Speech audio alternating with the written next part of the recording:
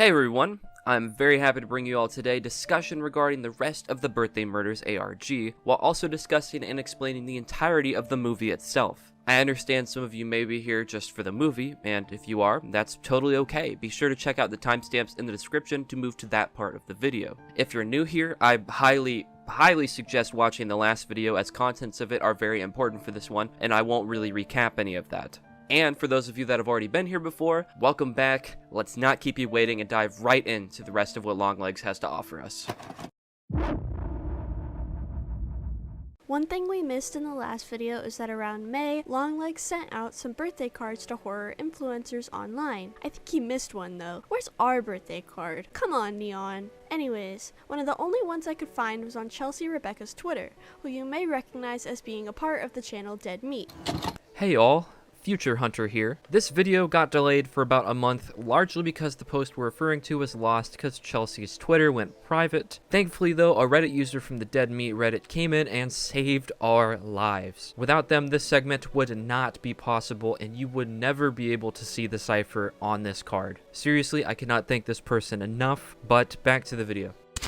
It's honestly really sick since it is the birthday card we see from the website, and inside is a pretty hefty looking cipher. One thing I would love to share with you all is that Glowing Ghouls from the horror subreddit has blessed us with a Longlegs cipher page on GitHub. Now if you want to decode these ciphers for yourself, you can, but I'd love to raw dog it. What does it say? It says, quote, "May I? Hell is not much darker than where you are going. You'll be there, the voices demand it. Accept the gift. Destroy it. Let him in and destroy yourself." End quote. This card seems to entirely reference what Longlegs was talking about in the interrogation room to Lee Harker, so we'll get to discussing it further once we talk about the movie.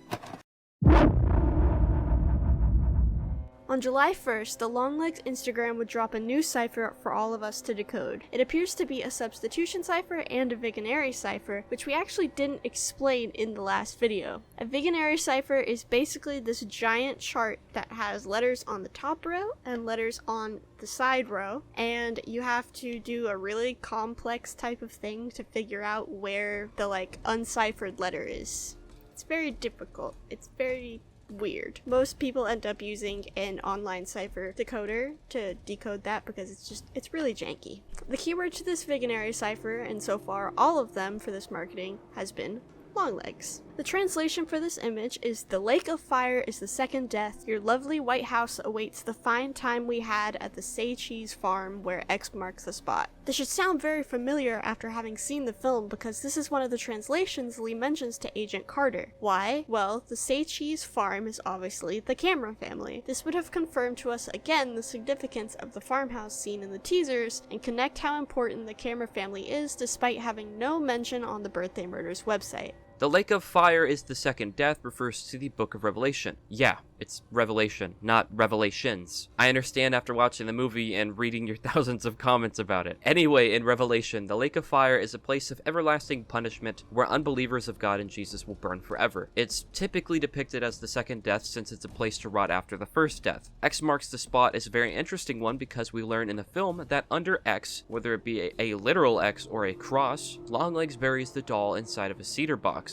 I decided to go and check if there were any X's or crosses in any of the photos up to this point, but came up dry. I'll keep my eyes peeled though in case anything appears. Now, what's new with the website? Well, once again, no updates really to the homepage or the contact page. We do see that the website is still not done updating though, as the next one is going to be July 8th. All of the new information we'll find, as usual, on the victims page. As I mentioned in the last video, Longlegs seems to have randomly taken a break in the killings. Even with the release of the movie, we cannot determine exactly why this is the case. It could be because Longlegs was waiting for Lee Harker to grow up, as he needs her to be an adult for his plans, or it could be because, surprisingly, I didn't talk about this last time, 13 is a number with some significance in the Bible. While it's not as easy to pinpoint as the number 6 or 7, 13 seems to be repeatedly associated with sin, lawlessness, rebellion, and according to faithwriters.com, quote, "is a most powerful God-given promise that will change the world forever," end quote. Besides this though, again, we don't really know why Longlegs took a 13-year break in his killings. I say 13 with lenience though, as technically it should be a 12-year break because he visited the camera family in 1975, but technically that crime didn't line up with the rest as Carrie Ann lived compared to everyone else. If you ask me though, I don't believe he really did take a step back. Ruth Harker seems to have helped Longlegs with many crimes, yet only 3 are recorded on the website after Longlegs' break. So maybe there are many we simply just don't know of.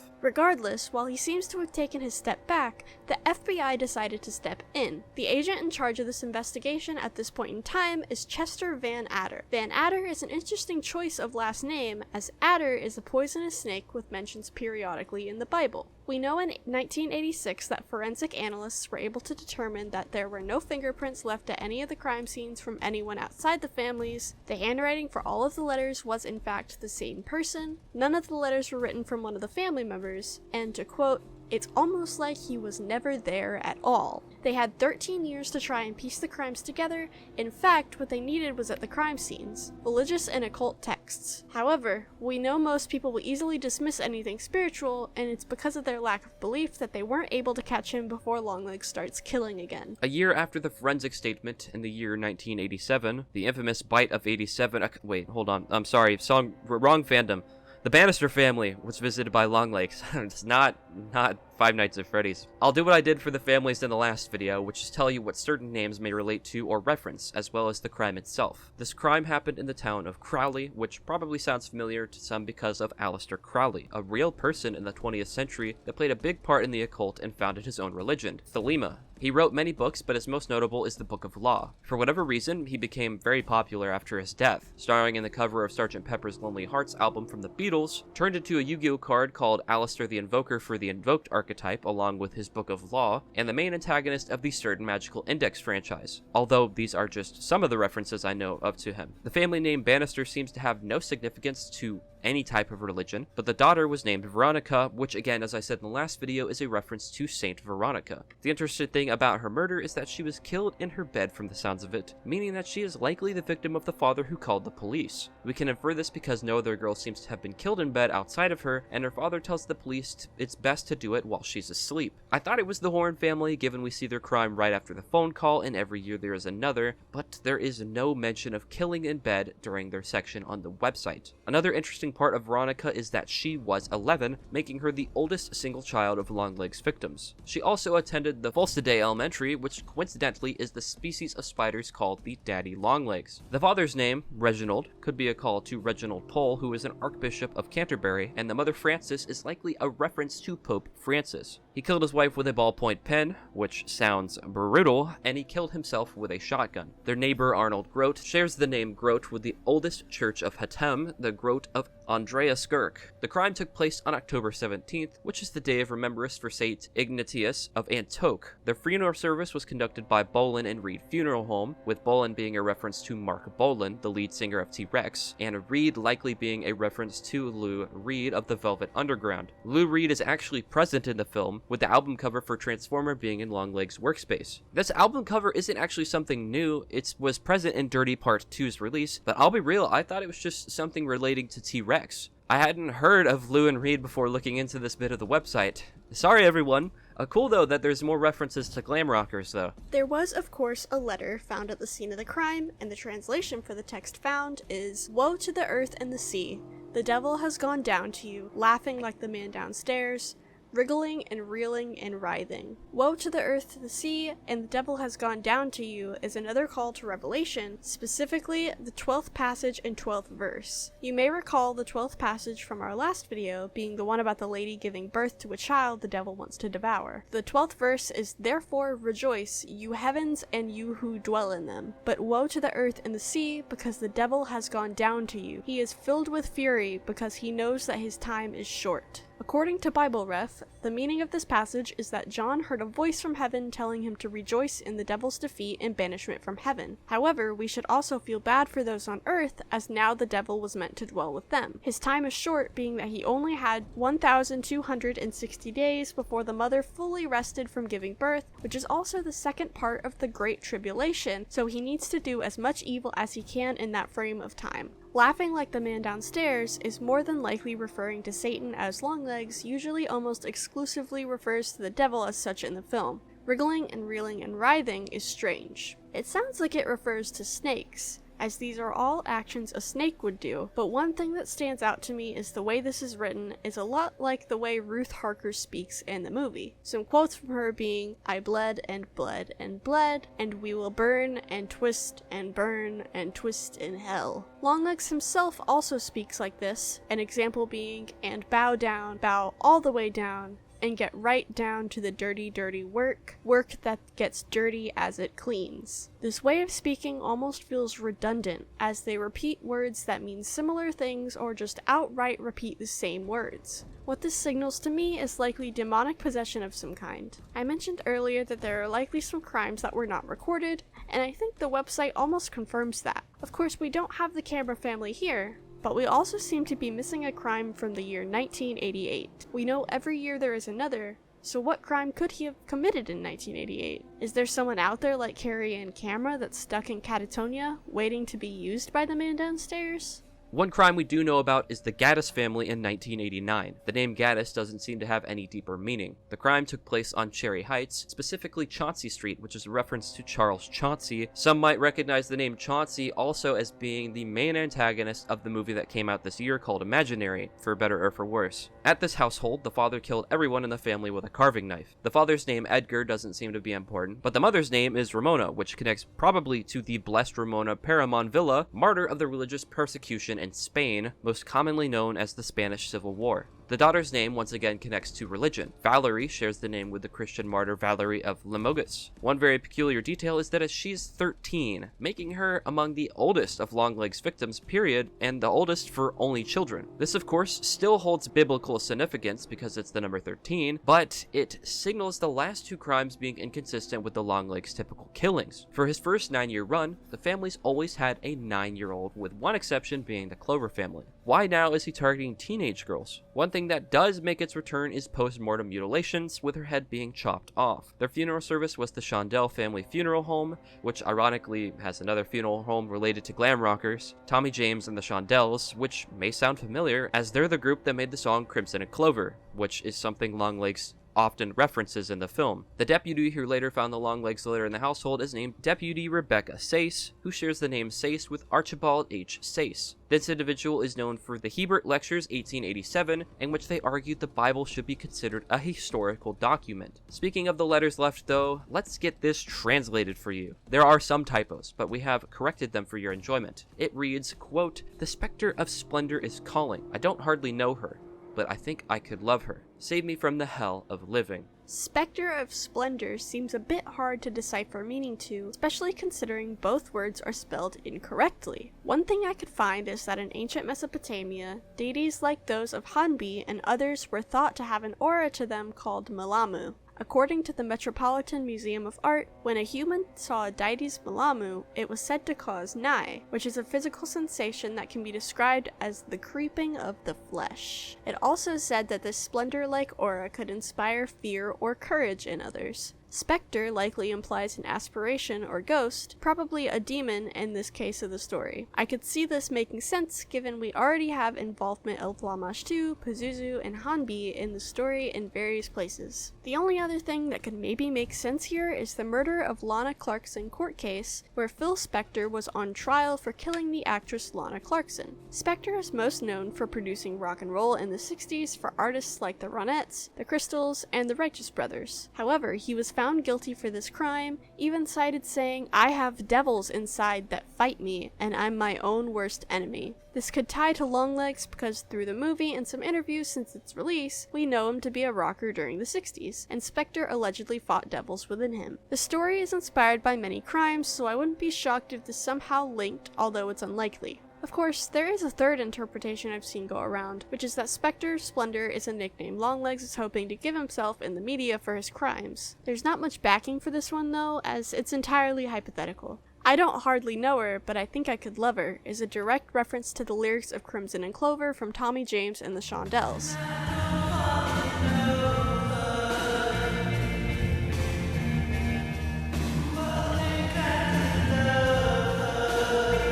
"Save me from the hell of living" is a direct quote from Longlegs when he was driving his car. After he visited the hardware store, he seemed to mock the girl working there, saying, "Mummy, Daddy, unmake me and save me from the hell of living." Some have assumed this is potentially a lyric from a song he was making prior to the voices taking over, but again, we don't exactly know for certain. After the Gaddis family murder, Van Adder retires, although I will admit this feels random. Adder seemed very invested in this case, and him leaving seems intentional, as who would take over this case but Special Agent William J. Carter. Although I'll get more into it later, the devil himself seems to heavily manipulate the way the movie unfolds, and I believe he has something to do with Adder retiring so that Carter could take over. We need Carter as the head of this case so that he can connect with and get closer to Harker. The local neighborhood watch of Abaddon Hills thought they saw the car and labeled it as a Chevy Caprice, which, while close, wasn't the right car. A neat little Easter egg, though, is that Abaddon is one of the names the King of Evil or the Destroyer was called in Revelation. In case that doesn't ring a bell, it's the person who was said to have control of the locusts in Revelation 9:11. They have as king over them the angel of the bottomless pit. His name in Hebrew is Abaddon, and in Greek he is called Apollyon. The first murder to occur after Carter taking over is one we all know about, the Horn family on November 14th, 1992. This would make the Horns the first family Longlegs has gone after that has died on their birthday. This takes place 2 months before a bulk of the movie does as well. The coincidences also don't really stop here, as the Horn family's members all share names with previous victims. Curtis Horn, the father, shares the name with Curtis Wormwood, the father of the fourth family attacked by Longlegs. Teresa Horn, the mother, shares a name with Teresa Applewhite, the daughter of the first family attacked by Longlegs. And the daughters of the Horn family, Mary, who is 12 years old, and Kathleen, who is 9 years old, both share a name with Mary Kathleen, the daughter of the Hesse family murders. After killing his family, Curtis arranged their bodies in a strange formation in the boiler room. Being a Floridian, I didn't know what this was, but have since found it is a place that typically produces hot water for the household, located in the basement. The basement is actually an important location here because the way their bodies were arranged forms a triangle. A triangle downstairs, huh? Some religious connections to this case besides the victims' names, which I won't talk about here since we've already discussed their names before, are that the street the crime took place on was Holbrook Drive. Kate Holbrook was someone who worked with many parts of Christianity and, quote, was the first recipient of the Ecclesiastic Fellowship in Mormon Studies. They were laid to rest at St. Agatha's, which St. Agatha is probably the most famous of the saints, as she is commemorated in the canon of the Mass. This ceremony was officiated by Father Balthazar Thorne, which Balthazar is one of the 3 wise men that visited Jesus at the birth, and Thorne probably relates to the crowns of thorns worn by Jesus to shame him. It may sound really crackhead of me, but I feel like this crime was entirely staged by the devil to set the seed for Harker's arrival. Everything up to this point feels intentional in the marketing and story, and after watching the movie, it feels the same way. The entirety of the Horn family sharing names with previous victims definitely is no coincidence. It's also no coincidence that these bodies were placed in the basement downstairs in the formation of a triangle. It, metaphorically, being in the basement could make it an inverted triangle. And Balthazar Thorne, to me, seems to be a name disgracing one of the wise men, since the thorn was meant to disgrace and discredit Jesus. Not to mention that their name, the Horns, is something typically depicted on demons and the devil. This crime took place after Carter took the helm of the Longlegs case, which seems to be no coincidence, as well as this crime seems to be a part of a 3-month run. What I mean by this is that in the film, Agent Carter tells Harker that the Horn family murder was only 2 months ago. We know that there was a family killed around Christmas, that for the sake of this video I will dub the Christmas family, which when considering the Horn family murders take place in November, that would have made this take place a month prior, which makes no sense. Not to mention we know he goes after the Carter family in January, which also would take place right after the Christmas family murders. Longlegs went from killing every year to not killing for 12 years, to killing every other year, to killing 3 months straight. It's because of all of this that I believe the Horns to be the turning point in these murders, where the stage truly began to be set for Harker by the devil. Why this is, we will explain later on. The Horns had, of course, a letter attached to them. When translated, it reads, "I am locked in a little cedar box with a picture of shepherds pasted onto the central panel between carvings. The box stands on curved legs." Those that have watched our last video know this to be a reference to the Satan Says poem, as it was one of the letters found on Harker's wall. It's cool that this letter makes its appearance again, and of course we learned that this poem does hold meaning to the movie as we anticipated. Underneath this letter is a small message stating if you email info@thebirthdaymurders.net that he could include your questions in a small section on the website. And there is a special thanks to Jackson Smith from Oysterville, where the Hesse murders were, for sharing CCTV footage of what they believe to be Longlegs. However, we don't see that on the website, as it's a part of the file attached. The hyperlink this week reads X marks the spot, another nod to the camera family letter. Clicking the link will start a download for a RAR file, and conveniently again, the password to extract the files from this RAR are X marks the spot. Inside the folder, we see another RAR file in the Longlegs cipher and photos of multiple angles of the Horn family crime, along with another letter from Longlegs, all of the files being more number ciphers. The Longlegs cipher appears to be the same one we translated from Instagram earlier, so I won't explain it again here. Instead, let's take a look at the number cipher. When translated, it reads all, at, could, I, never, the, understand, and win. That obviously isn't proper English, so let's rearrange that. I could never understand the wind at all. This is a lyric to T-Rex's song, The Slider, which we talked about in the last video, but it also could be another mention of Pazuzu since he is the demon of the south wind. If you were to take the Sumerian implications into account, this could mean Lamashtu and or Hanbi never were able to understand Pazuzu. And this makes sense in that mythos, as Lamashtu and Hanbi were both malicious beings toward humanity. Pazuzu, on the other hand, could be malicious, but also acted as a protector to humans as well, so obviously Hanbi and Lamashtu wouldn't understand why he does that. Anyways, let's try to figure out the RAR file. The name translates to the slider, just in case we were confused about the connections to T-Rex. The password is I could never understand the wind at all, with no spaces, and once inside we get a ton of files. More crime scenes, some excerpt from books, another standalone JPEG image, and an AVI file. Let's discuss the book pages first. The image titled 114.4 brings us a page from the book A Course of Advanced Lessons in Clairvoyance and Occult Power by Swami Panchadisi, released in 1916. This specific page comes from Lesson 1, titled The Astral Senses. You can of course pause to read the page now, but I'll try to sum it up for you to read real quick. Panchadisi tells us that astral senses are the counterparts to the typical physical sense: hearing, tasting, smiling, feeling, and seeing. Some of these senses, like the knower, allow us to perceive the astral plane, allowing us to understand the past, the present, and even the future in some cases. The easiest connection to make here is Harker and her seeming connection to another plane, but it's probably intended actually to be for Longlegs, as I believe he was heavy into the occult before he began to hear the voices. The next book excerpt is from Extraordinary Popular Delusions and the Madness of Crowds by Charles Mackay, released in 1841. This section of the book details witchcraft believed to occur in various areas. The first is the neighborhood of Hastings, where a fisherman was believed to have sold his soul and turned his daughter into a witch to have powers over those around him. Another is in northern England, where a couple believes that their neighbors are sicking the devil on them and slowly killing them. However, they learn that Satan isn't the one they're affected by. It's actually a tribulation by God. The first part I can see relating to the movie, as we learn Longlegs moves into the Harker household in a roundabout way, making him the surrogate father of that house. Therefore, him turning his daughter, in this case Harker, into a witch would explain her second sight and the devil latching to her. Although truthfully, I don't believe this to be the case. The second part is very interesting because Juliet and I again believe this movie to be the devil's plan he's enacting on these poor people. But what if in actuality this entire situation was set up by God instead? It's an interesting angle to take on this movie, and of course changes how you view a lot of series of events in it.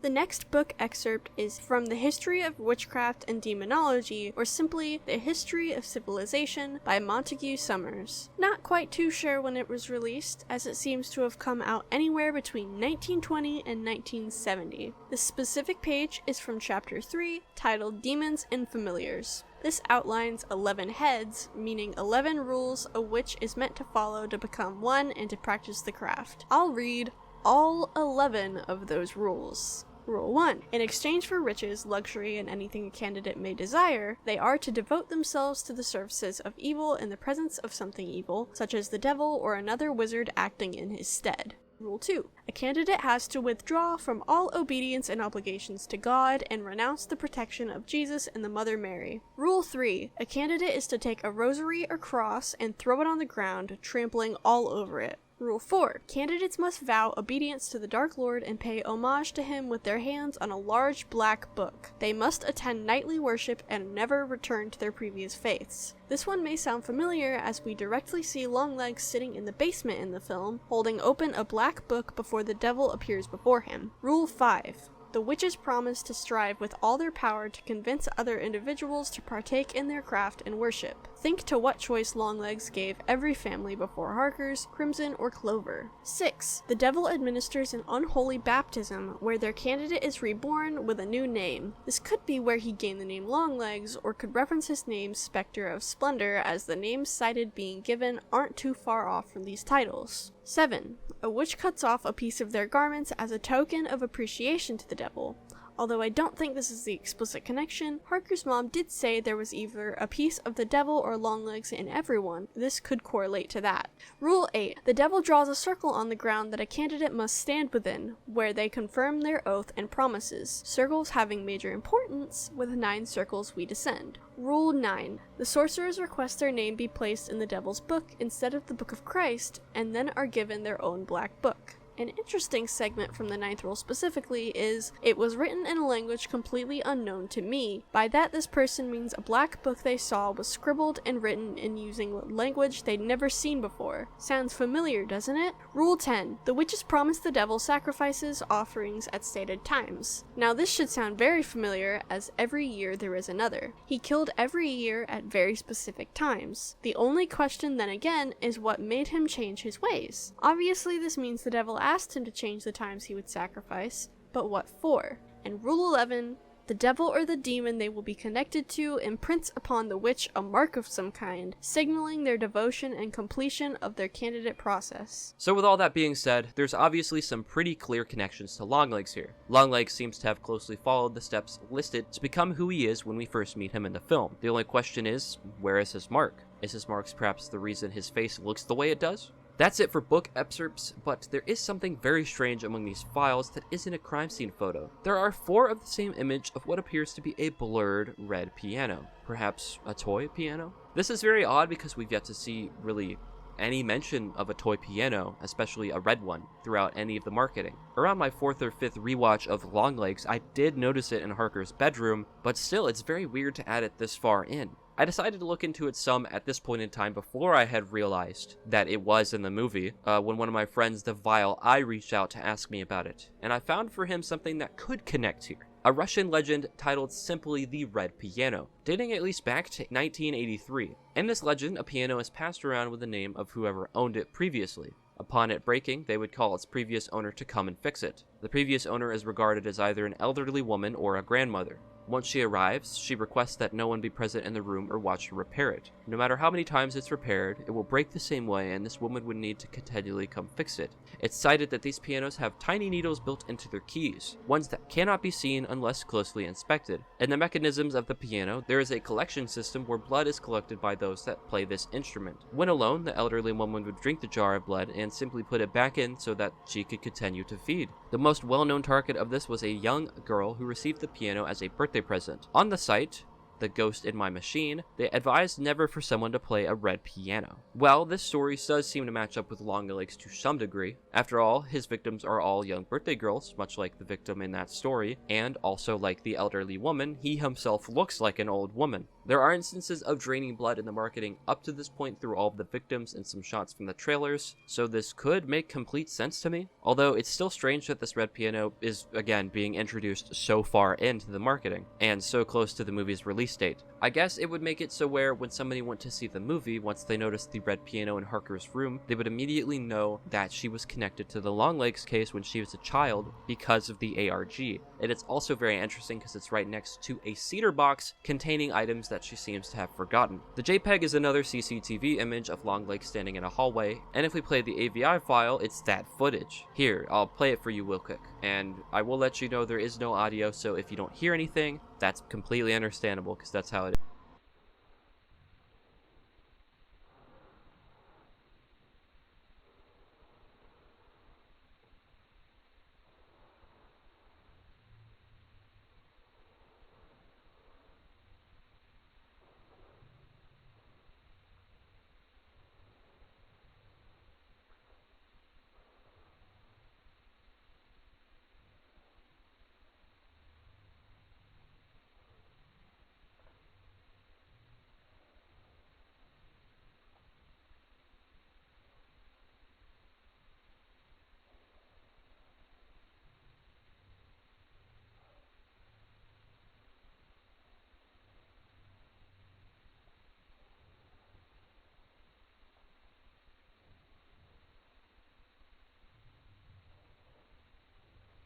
What's interesting is that this technology does not seem to be able to capture him very well, and in fact, one frame of the video has him outright disappear. Where he is, I've got no clue. I assume it's someone's house, but it honestly feels more like a hallway in a church.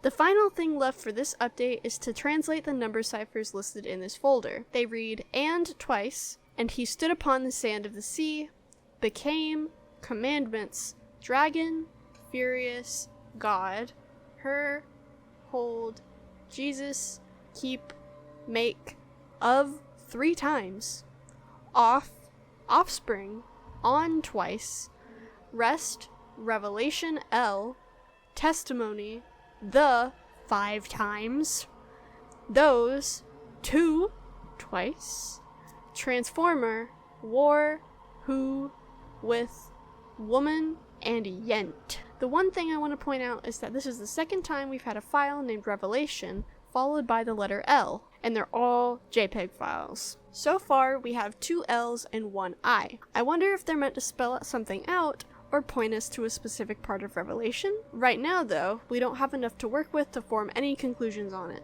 And he stood upon the sand of the sea is the name for the AVI file of Longlegs walking through the hallway. This could have 2 implications. The first being that Longlegs stood on the sand of the sea to see the first beast, the devil, rise from it just like John did. This would make sense as Harker's mom at the end of the film says, "I want to stand upon the sand of the sea and see another beast rise up," or something along those lines, meaning Harker's mom wants to see the second beast rise. The other implication is that Longlegs is no longer a person and instead houses the devil as he stands upon the sand of the sea. Transformer calls again to the album Transformer by Lou Reed. The rest of the file names seem to be direct calls to Revelation 12:17, which reads, "Then the dragon became furious with the woman and went off to make war on the rest of her offspring, on those who keep the commandments of God and hold to the testimony of Jesus. And he stood on the sand of the sea." According to Bible Ref, this means furious that his attack on Israel failed, the devil turns his attention to the believing remnant. These devout believers obey God's word and hold to the testimony of Jesus. This description of the rest of the woman's offspring clearly identifies believers in Jesus. It is apparent that the shorter the devil's time becomes, the more furious his rage against God's peoples grow. And this passage ends at the region where the first beast will rise in the next chapter of Revelation. So how can we apply this to Longlegs? We can draw connections to the devil targeting Ruth's daughter Lee in his anger, hence why she has the teeth of the Hydra upon her. Longlegs' time on Earth is definitely coming to a close, hence he gets more angry and kills more often. Outside of that though, I'm not quite sure. This one kind of eludes me. And with that, we come to a close on the July 1st update. Wow, you didn't think these updates could bring more to the table, but every time I feel like we take longer and longer to cover them. The next update for the website would be on July 8th, but we'd get a couple interesting drops before that update.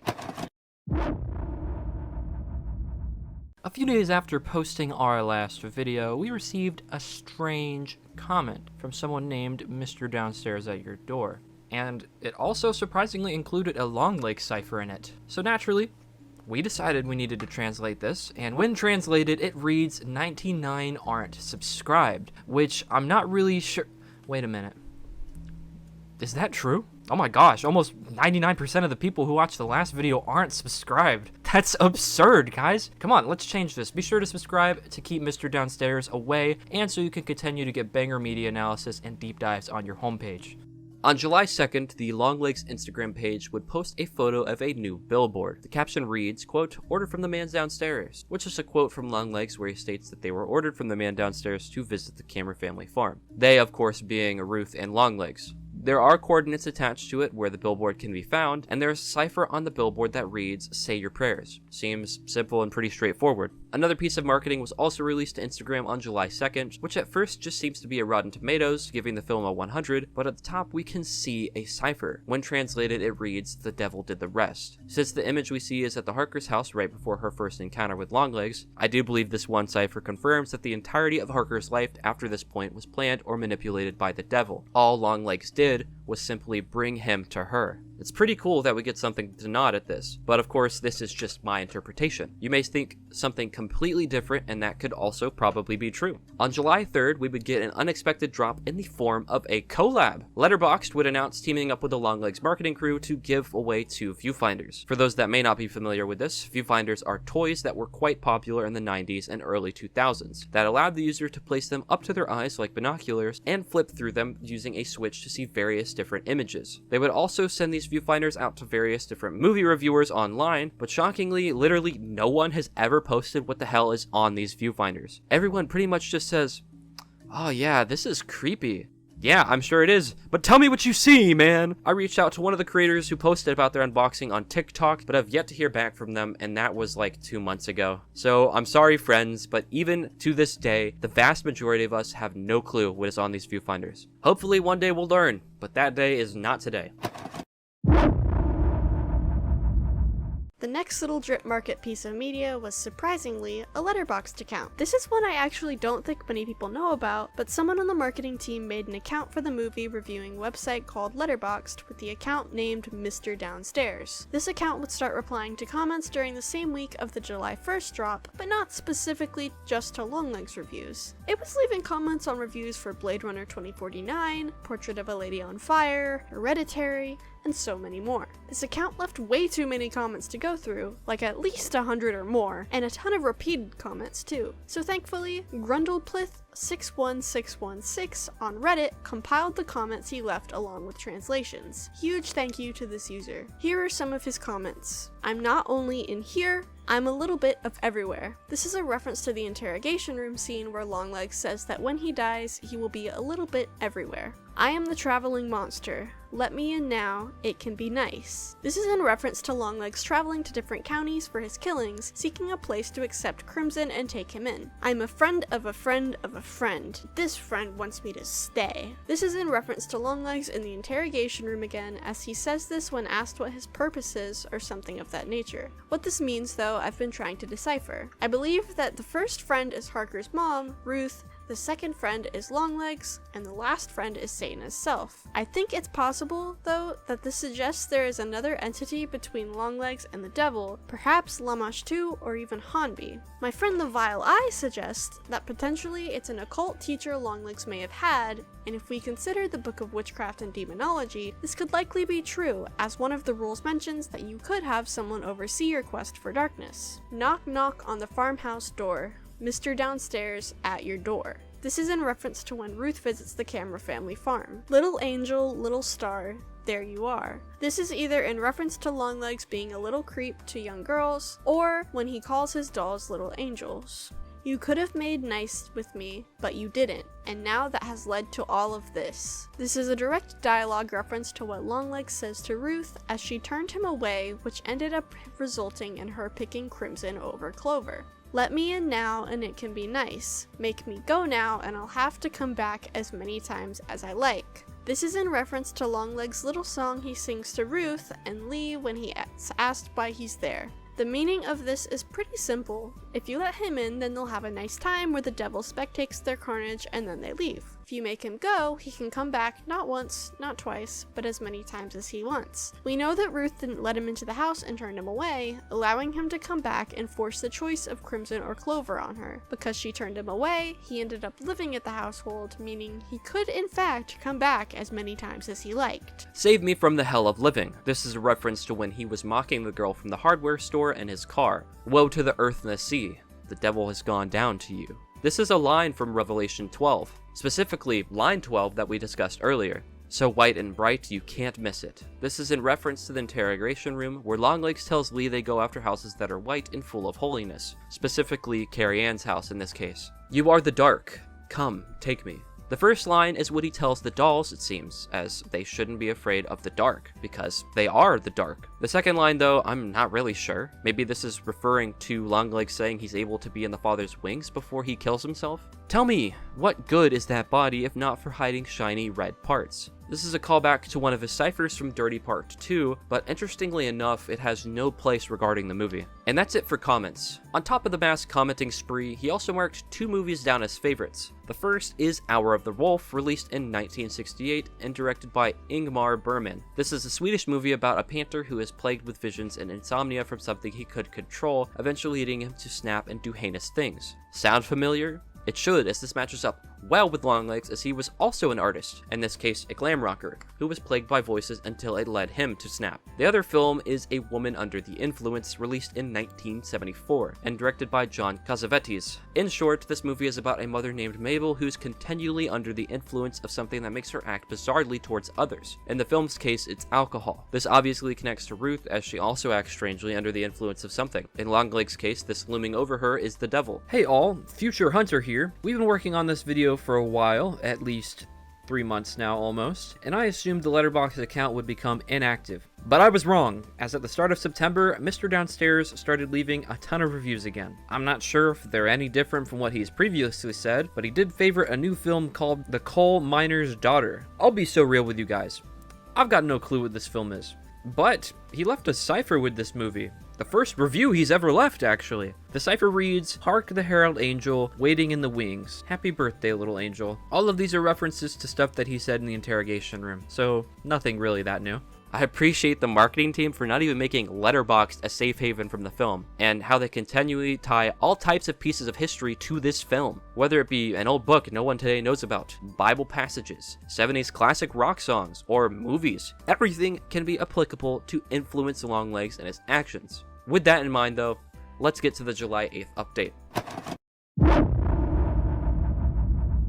On July 8th, Longlegs would post a new cipher on their Instagram page to indicate a new update. This page, when translated, reads, "Upside down angels is never wrong. Mr. Downstairs is at your door, so what if they slip on the moon on the milk, underneath the sycamore tree at the old farmhouse, making the misfit list. All hail the Prince of Darkness, the great and ancient serpent, only one head on the hydra, it's time to cut the cakes." The first line, "Upside down angels is never wrong," I assume is a roundabout way of saying fallen angels are never wrong. Fallen angels, biblically speaking, are angels who were expelled from heaven. For example, Satan is a fallen angel. Of course, they'd never be wrong because Longlegs and Ruth will take anything they say absolutely seriously. Mr. Downstairs at your door is pretty self-explanatory given the context of the story, so I won't explain it. So what if they slip on the moon on the milk? Honestly, I have no idea. Like, not even the slightest clue. If anyone has any interpretation for what this means, I'm all ears. Under the sycamore tree at the old farmhouse has 3 potential meanings. The first being that in the movie, there's potentially a sycamore tree at the Camera family farm. There's this ominous shot in the movie where we put a lot of focus to the outside. Maybe there's a sycamore tree there in the background? Another meaning is that the sycamore tree holds various meanings throughout the Bible. According to johnbaptistchurch.org, it typically represents a place of seeking and encountering the divine. The last possible meaning, which I found thanks to Moz Poril on Reddit, is that it could potentially be a reference to the song used in the season 2 finale of Twin Peaks. I won't talk about that here though, because I'm not gonna spoil another series. Making the misfit list could be a reference to the Bible, as there apparently is a list of them according to various Bible websites. Some of those were Matthew and Moses. All hail the Prince of Darkness, the great and ancient serpent, is worship for the devil presumably. And the last line is the most interesting. Only one head on the hydra, it's time to cut the cakes. We can take this in a few ways. The first being, if we take a look at the crimes we know Longlegs has been involved in, up to the Carter family, there are 13 crimes. If we take a look at the first and second beast, together they have 14 heads, each with 7. If we correlate heads to the beasts, that means there should be 1 head left. At the Carter household, before Agent Carter goes to kill his wife, he says they're going to cut the cakes, which would make it the 14th head of the beasts. This could mean that the third beast would rise up, which is the Scarlet Beast and is known as the False Prophet. They would essentially make people worship the first beast. It could also mean that Ruth is the only head left to the Hydra, as she's the last remaining tie to Satan. It can mean a lot, really. All we know for sure is that it relates to the Carter family, as they're the ones who cut the cakes. Wow, a pretty long cipher today, right? Without further ado, let's get into the website updates. For the website, as per usual, there are no updates anywhere outside of the victims page, except for our little mention of, surprisingly, an update on July 15th. This is actually shocking because the movie comes out on the 12th, so we're gonna keep going on the updates after the release? That's a very bold decision because most ARGs for movies like Batman and Cloverfield go dormant after the release of the film. I'm excited to see what else they'll deliver for us after because I'm not really sure what more they could do. The victim page updates for today aren't murders Longlegs has committed, rather insight into the FBI's investigation. Apparently there was public outrage for the deaths of the Bannister family, odd that they drew the line there and nowhere else, and it led to the FBI setting up a hotline and offering $250,000 as a compensation for leads to help them arrest Longlegs. While they were not successful, they did find 2 suspects over the years outside of Cobble, which is Longlegs' real name, Dale Ferdinand Cobble. The first is Wayne Allen Stump, this name probably being a reference to the still-alive politician and author Wayne Allen Root. He's known for writing some pretty controversial books, so I'll spare you the details. This suspect Stump was a prolific child, well, you know what, I can't really say that word on YouTube, known for his acts against a minimum of 4 young girls. He was a suspect in another case called the Parson murders, and owned a white vehicle that fit the description of the Gaddis family murders. However, they had no evidence, and they let him free, to which he attempted to kidnap a teenager at gunpoint, coincidentally, on October 14th, 1985. His attempt was futile, though, as the girl wouldn't stop screaming, and although we don't know where his case went from here, he was ruled out as a suspect for the Longlegs murders after this point in time. Although it's still strange they let him go even though they knew everything he had done. The next suspect is Oral Wrench, who I assume is in reference to Oral Roberts, who was another controversial figure, although this time for religion. There are a lot of interesting coincidences with Oral. For example, he moved to Oregon from Idaho in 1966, the same year Longlegs started his killings. He killed 4 little girls between 1967 and 1971, and was obsessed with making ciphers and codes. If the coincidences weren't already racking up, he is apparently also known to be a Satanist and tried to establish his own cult on the coast of Oregon, likely where all of the rumors of the Longlegs thing being a part of a cult due to him. He was never charged with the Longlegs murder, and while he was let go in 1991, he seemingly disappeared afterwards. Then, according to the website, was found dead via first-degree murder along I-5 near Portland in late 1992. Late 1992 would make it very close to when the Horn murders took place, and also Portland happens to be 25 minutes from where those murders took place, so it's really close. With Oral's section are 2 ciphers, which I couldn't decode myself because I have no idea how to. Thanks to Digital Gardens on Reddit though, we know what these mean. These letters are written using a Caesar cipher and a substitution cipher. The first letter reads, "Hail the man, if only I could be as great as the Zilgai, I must continue lest I burn and twist and twist." The second is, "Let them bleed, show me your sweet cream." This definitely sounds very familiar. Hail the man is interesting because, well, it's not hailing a certain someone else, it's hailing a person. Plus, burn and twist is very similar to what Ruth said in relation to what would happen to them if she were not able to fulfill their side of the deal. This, coupled with the rest of the message, means that Oral is very well aware of Longlegs, and it's no coincidence he came here at the same time. I don't believe we know where Cobble came from, but it's possible Cobble taught Oral the ways of darkness as outlined by the 11 rules we talked about earlier, or vice versa. There's even a chance that Oral was Longlegs' first accomplice before Ruth, but then decided to go rogue and attempt to make his own cult. Regardless, he seems to have major respect for him and wants to be a kind of copycat killer. The second message is weird.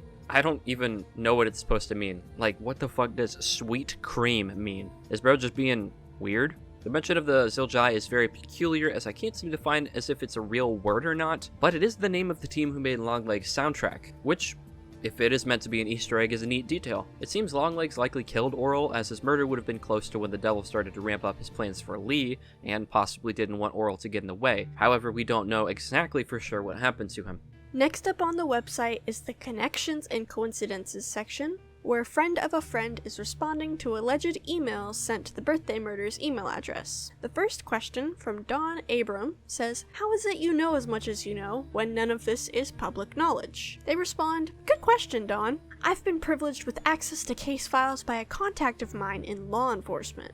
I've pulled what I can with my limited access. There has been speculation on whether we know who this plug is, and there are a few connections potentially. The first being Agent Carter, as he seems to have the pull of the devil over him already in the movie well before his death. The other is a character I don't believe we ever see, but one that is named in the credits, Agent Kurt Cobble. This is a huge detail because outside of our main cast, none of the other characters in the FBI are ever given a name, and it's even bigger when we consider this agent shares the same last name with Longlegs, Dale Ferdinand Cobble. What's up, guys? This is Hunter from the future here, and I just wanted to say, I talk about it a little later on, but it is confirmed that the last name is spelled identically thanks to it coming to streaming services. So it's likely no coincidence. This, more than likely, is the link for friend of a friend to know all these details about the case files, and it's very likely this person is related to Longlegs in some way or another. There's no way we can know for certain, but it's very likely he was in a cut scene because we already know there have been cuts from the movie to the screen. But we will talk more on that later. For now, we have good suspicions about where a friend of a friend is getting their information from. We also learn through a few of the questions that the families are all of the Roman Catholic denomination, and that's a little impressive since only 14% of Oregon's population is that denomination. There are also some hints that Longlegs potentially has an accomplice, or multiple. The next important question is from Luis Rodriguez, who asks whether the family had any common items in their household. To this, friend of a friend replies, in nearly every case, a red toy piano belonging to the deceased little girls was found in the victims' homes. This is huge because this addresses the red piano image we saw last update, and we know this to be true because Harker has one of these pianos in her house. This is likely meant to be a clue for those that read the website again before the movie to notice that Lee was absolutely a victim since she has a red toy piano.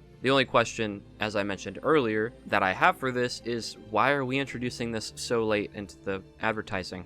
None of the murders mentioned having a red piano prior. This is the first time we've had it mentioned by word at all in the campaign outside of the 4 images last update. It's just a little peculiar to me, but I digress. At the bottom of the page, Benjamin Miller, who is a retired police detective from Oysterville again, sent over a VHS in 1989 from interrogation they held. 1989 being the year of the Gaddis murders. It was believed to be an individual who matched up heavily with the Hesse murder culprit, and investigators attempted to trace him but found his identification to be false. This means potentially Dale Ferdinand Cobble is a fake name as well, but we'll discuss more about this. It is very interesting that there seems to be so much movement regarding him in Oysterville though. Maybe this is where Harker's mom lives? Regardless, at the bottom of the page is yet a new hyperlink for a download to a RAR file in the Longlegs cipher. When translated, it reads Sand of the Sea, and of course that's the password to extract the files as well. In this file, there's another RAR that when translated reads to Revelation 13. This chapter, of course, is the one we've talked about many times here, but I'll refresh your memory just in case. It's the chapter where both beasts rise from the sea as John watches from the sand. So, in case we were at all confused, again, they're leading us in this direction of that Bible chapter. We have 6 image files that we'll go over now. The first image is of Baphomet,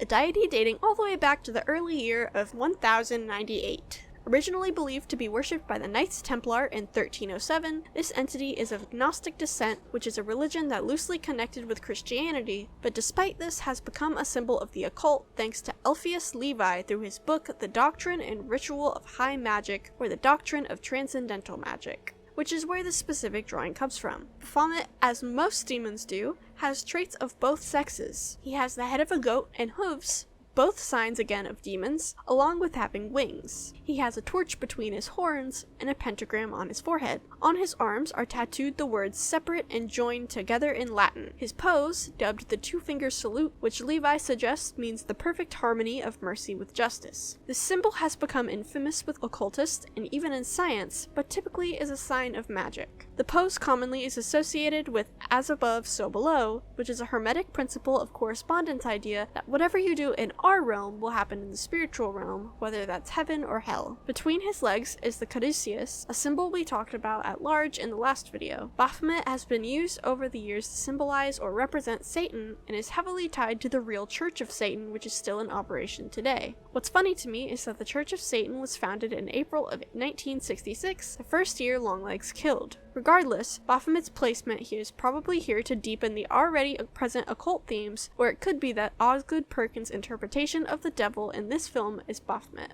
Another of the images is of Ethel, the wife of the Weir family crime scene. We know because it has the same 38 to mark the crime, and it's on the bathtub. The reason this is important is that you can actually see the demon right above the tub in the mirror or in the shower. It's hard to tell. If you ask me, I think this suggests that the entity and the doll and the devil are 2 separate beings, as it isn't attached to a doll here, but I'm not entirely sure really. It is very interesting to see the devil present at the crime scene though. We get another page from a book. This time we're returning to the Golden Bow. This page discusses how a portrait of a person, whether a photo or a look in the mirror, in some cultures is believed to take away people's souls. This page, in my mind at this point in time, has two probable meanings. The first is that it connects back to the Weir family, as we could see the reflection of the devil in what seems to be a mirror, I think? Well, there's a body right in front of the mirror, suggesting the soul of Ethel has been taken at the very minimum. The other refers to the movie, as Lee takes a photo of Longlegs. The first time this photo appears, we see a flash of both Longlegs in that moment of time, but also of Harker's mother a little farther in the future from when that photo was taken. This suggests, to me at least, that the moment this photo was taken was when all three of their fates were sealed. Two of the other images are of crime scene photos again,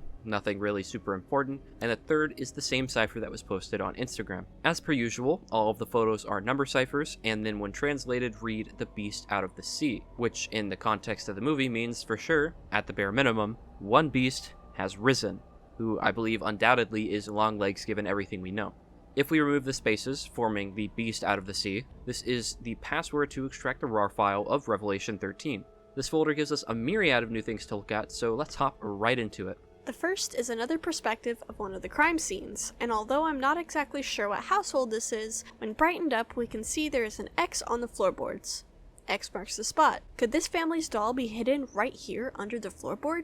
Speaking of X marks the spot, while scrolling through the website, I noticed the Engstrom family has another X clearly on the floorboard here that I wouldn't have second guessed until the movie. It's very possible this is where their doll is buried too. We have another page from the Golden Bow, continuing to talk about the soul. I'll put it on screen as per normal, but the main takeaway is again the devil taking people's souls when they may not expect it, and the families of loved ones providing offerings to get those souls back. The next page I was able to find thanks to my friend Eli, who speaks French, and it's from the Dictionnaire Infernal, or Infernal Dictionary, a book by Jacques Collin de Plancy, released in 1818 that outlines a bunch of demonic entities. Now I won't lie, finding this to actually read what it says in English was very hard. It has only been translated one time, and those translations sell for like a few $100s. I was able to find one, but I can't guarantee how accurate it is, especially since it appears to be missing some entries. I'll put it on screen now. Belphegor is a demon of discoveries or ingenious inventions that typically takes the body of a young girl and for whatever reason is depicted sitting on a toilet. These next few things I had translated thanks to my friend Mamadou. Beltram is a being whose soul possessed a woman whose parents had stolen her, whatever that means. Belus is the first king of Assyrians and is said to have worshipped temples during his lifetime. He reveals oracles after his death. Beelzebub, or Beelzebub, or Beelzebub, is the prince of demons according to scriptures, second to Satan in power. He is typically depicted as a fly because he can lead flies to ruin harvests, but sometimes is depicted as a snake. There's another page, although we can't decipher if he's from this same book or not. My friend Mamadou again tried to help me with this, but he couldn't exactly tell what it was about because the page was faded. He told me that it talks about a ceremony that takes place in the Philippines to bring out a guy that seems to always be far away. I tried to find this one with deeper Google searches, but had no luck. If there's anyone who can speak French and can read this, please let us know in the comments what it means. There's one more page in French that I asked Mamadou to translate for us again. For real, bless this man, he's doing the most. It reads, "The sorcerers anoint themselves to their mount on the broomsticks to bring them to the Sabbath. They repeat again and again these words, Emet Hatan,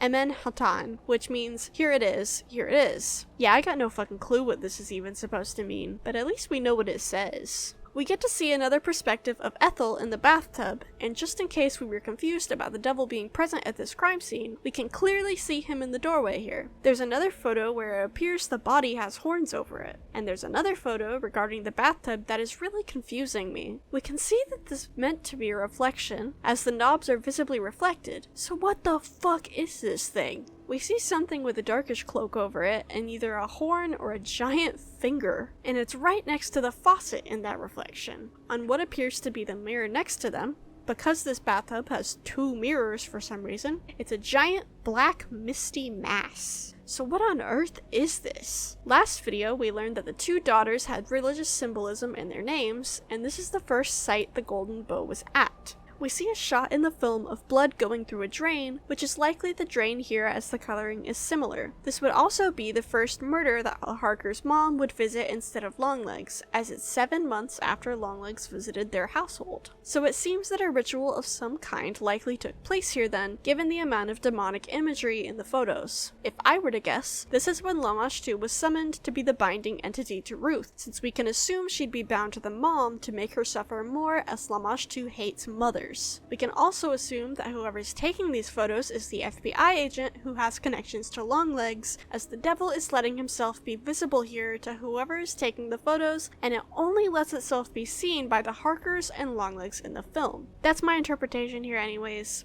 Let me know what you guys think. There's a Longlegs cipher among these images, and to my surprise, it isn't another Instagram repeat. It's brand new. Alright, let's crack it open. She is a dwell for demons and a haunt for spirits impure. A haunt for every unclean bird, for every detestable animal. Cheese and crackers cracked in half. Red and wet she finds me along all of your things. I love to watch you shine, daughter of the seventh she. Can you hear the Zilgi? Or the Zilgi. I'm never really sure how to pronounce it. I think it's Zilgi. The time has come to judge the dead, collecting souls at auction. Under the veil she finds me. Listen to the Zilgi. Birthday girls unmake me. You are the dark, come take me. The first few sentences are a part of Revelation, specifically verse 2. Let me read a bit of chapter 18 for you. Quote, "After this I saw another girl coming down from heaven, having great authority, and the earth was made bright with its glory. And he called out with a mighty voice, Fallen, fallen is Babylon the Great. She has become a dwelling place for demons and a haunt for every unclean spirit, a haunt for every unclean bird, a haunt for every unclean and detestable beast. For all nations have drunk the wine of the passion of her sexual immorality, and the kings of earth have committed immorality with her, and the merchants of the earth have given rich from the power of her luxurious living." End quote. In simpler terms, this chapter depicts a time near the end of the trials of tribulations. An angel comes down from heaven to declare that the city of Babylon had fallen, which was quite big, as the city in the Bible represented a town of wickedness, full of sexual immorality, greed, worship of what is described as false religions, and a hub for power and trade. Of course, historically, Babylon, that was like the hub of ancient Mesopotamia and the ancient world as a whole. In modern days, this version of Babylon will match up pretty well with the United States, if you ask me, that we have come to know, especially given that you are allowed to worship Satan in our ego-blessed country. Longlegs seems to take place in a version of America that is not the one we have come to know, and I believe it insinuates that this country will fall after the events of the movie take place, since it suggests the trials of tribulations is beginning. At least, again, this is my interpretation of why this verse from chapter 18 is included here after watching the film. It could also be talking about how the Harker's household has become the hub of many impure things. Cheese and crackers cracked in half could just be Longlegs being his creepy little self with kids, but weirdly enough, cheese and crackers do have symbolism to some Christians. According to faithwriters.com, quote, "If you lived close to poverty and subsided in cheese and crackers, then those who had plenty would know you were a martyr for Christ's sake." End quote. Cheese and crackers seem to be symbolic as Jesus' will for the less fortunate, and crackers or bread is represented as Jesus' body during many communions. Red and wet, she finds me among all your things, sounds like a pretty direct mention to Lee's doll being kept among all of her childhood items by her mom.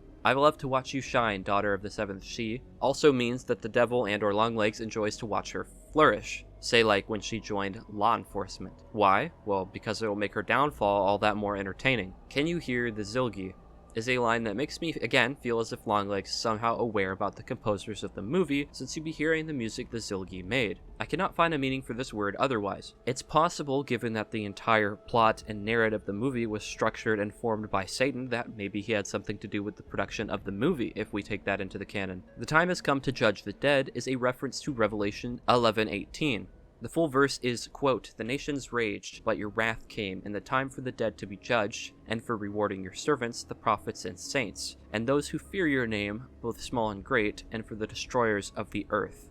End quote. According to Bible Ref, this chapter verse means, quote, "The destroyers of the earth," as Revelation 11:18 indicates, "will be repaid at the time of the destruction." End quote. Meaning that all souls who contributed to the fall of the world and the start of the trials of tribulation shall be destroyed or punished in the lake of fire I mentioned earlier. It is also possible that this refers to the souls that Longlegs has collected over the years through the birthday murders, as we know that they have all likely been captured by the soul snares he set up. given that's what happened to Carrie and Camera. This is further backed up by collecting souls at the auction. Next is Under the Veil She Finds Me, referring to how he places a veil over every doll, and the people who find the truth about what they are tend to be birthday girls. Speaking of, Birthday Girls Unmake Me is both a reference to what he says in his car after visiting the hardware store, but also a bit of a peculiar sentence in general. It almost suggests that he believes the birthday girls will unmake him and save him from the hell of living. I'm not really too sure. You are the dark, come and take me is definitely referring to the dolls, and I imagine it means Longlegs is ready for who inhabits them to come and take him away from the world of the living.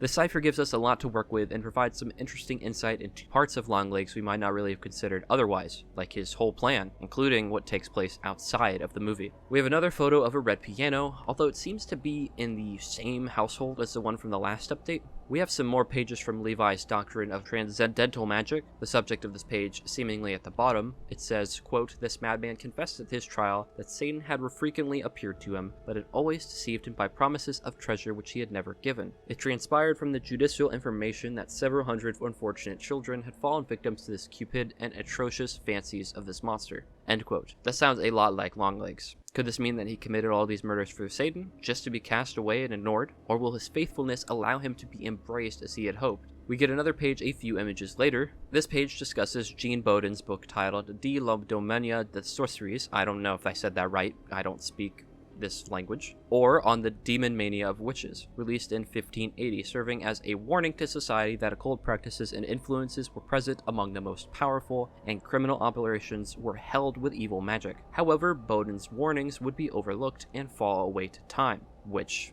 they have. I personally have never once heard of John Bowden. It seems to me that Longlegs is teasing that these warnings have always been out there in the world, but just like the FBI agents, people turn a blind eye. After all, as Agent Carter said, Longlegs is just a man, not a witch doctor. We received one more page from this book, and this page discusses how a magician or sorcerer would poison or harm himself so that he's able to do the same to others. I feel like this definitely is referring to Longlegs' botched surgery. Speaking of his surgery, we get to see footage of the interview from the Oysterville Police Department. For whatever reason, it opens with a scene of Carrie Ann Camera's mom cutting her stomach open. I'm not sure why that's there. The actual footage itself is just him kind of sitting there, licking his lips. There are, of course, a number of ciphers that translate to A and 2 times, and I saw a beast coming out of the sea, bang a gong, blasphemous, crowns, each, had, head, heads, horns 2 times, it and its, name, on 2 times, 7, 10 2 times, and with. We can of course use most of these to make Revelation 13:1, which is again, I stood upon the sand of the sea, and I saw a beast coming out of the sea with 10 horns and 7 heads. On his horns he had 10 diadems and blasphemous titles on his heads. The file named Bang a Gong is obviously a reference to T-Rex song again, which, speaking of, I think I cut this part of the last video, but the Hydra is likely referring to the beasts of Revelation in this movie's context. And, wow, with that, the July 8th update comes to a close. Another huge one, right? A lot more came to light through this update, and unfortunately, or maybe fortunately for Juliet and I, this would be the last major update for this website. Every update from here on out would become smaller and smaller, which, don't get me wrong, doesn't make it any less important, but it does make me sad because you could tell this story is nearing its close. Only one day after the update to the website, the marketing team would take to Instagram to share with us that Longlegs had a new message for us via the phone number. The caption reads, "Wish them a happy birthday." So let's play that audio for you then. Little angel. Happy birthday to you. Happy birthday to you. Happy birthday to you.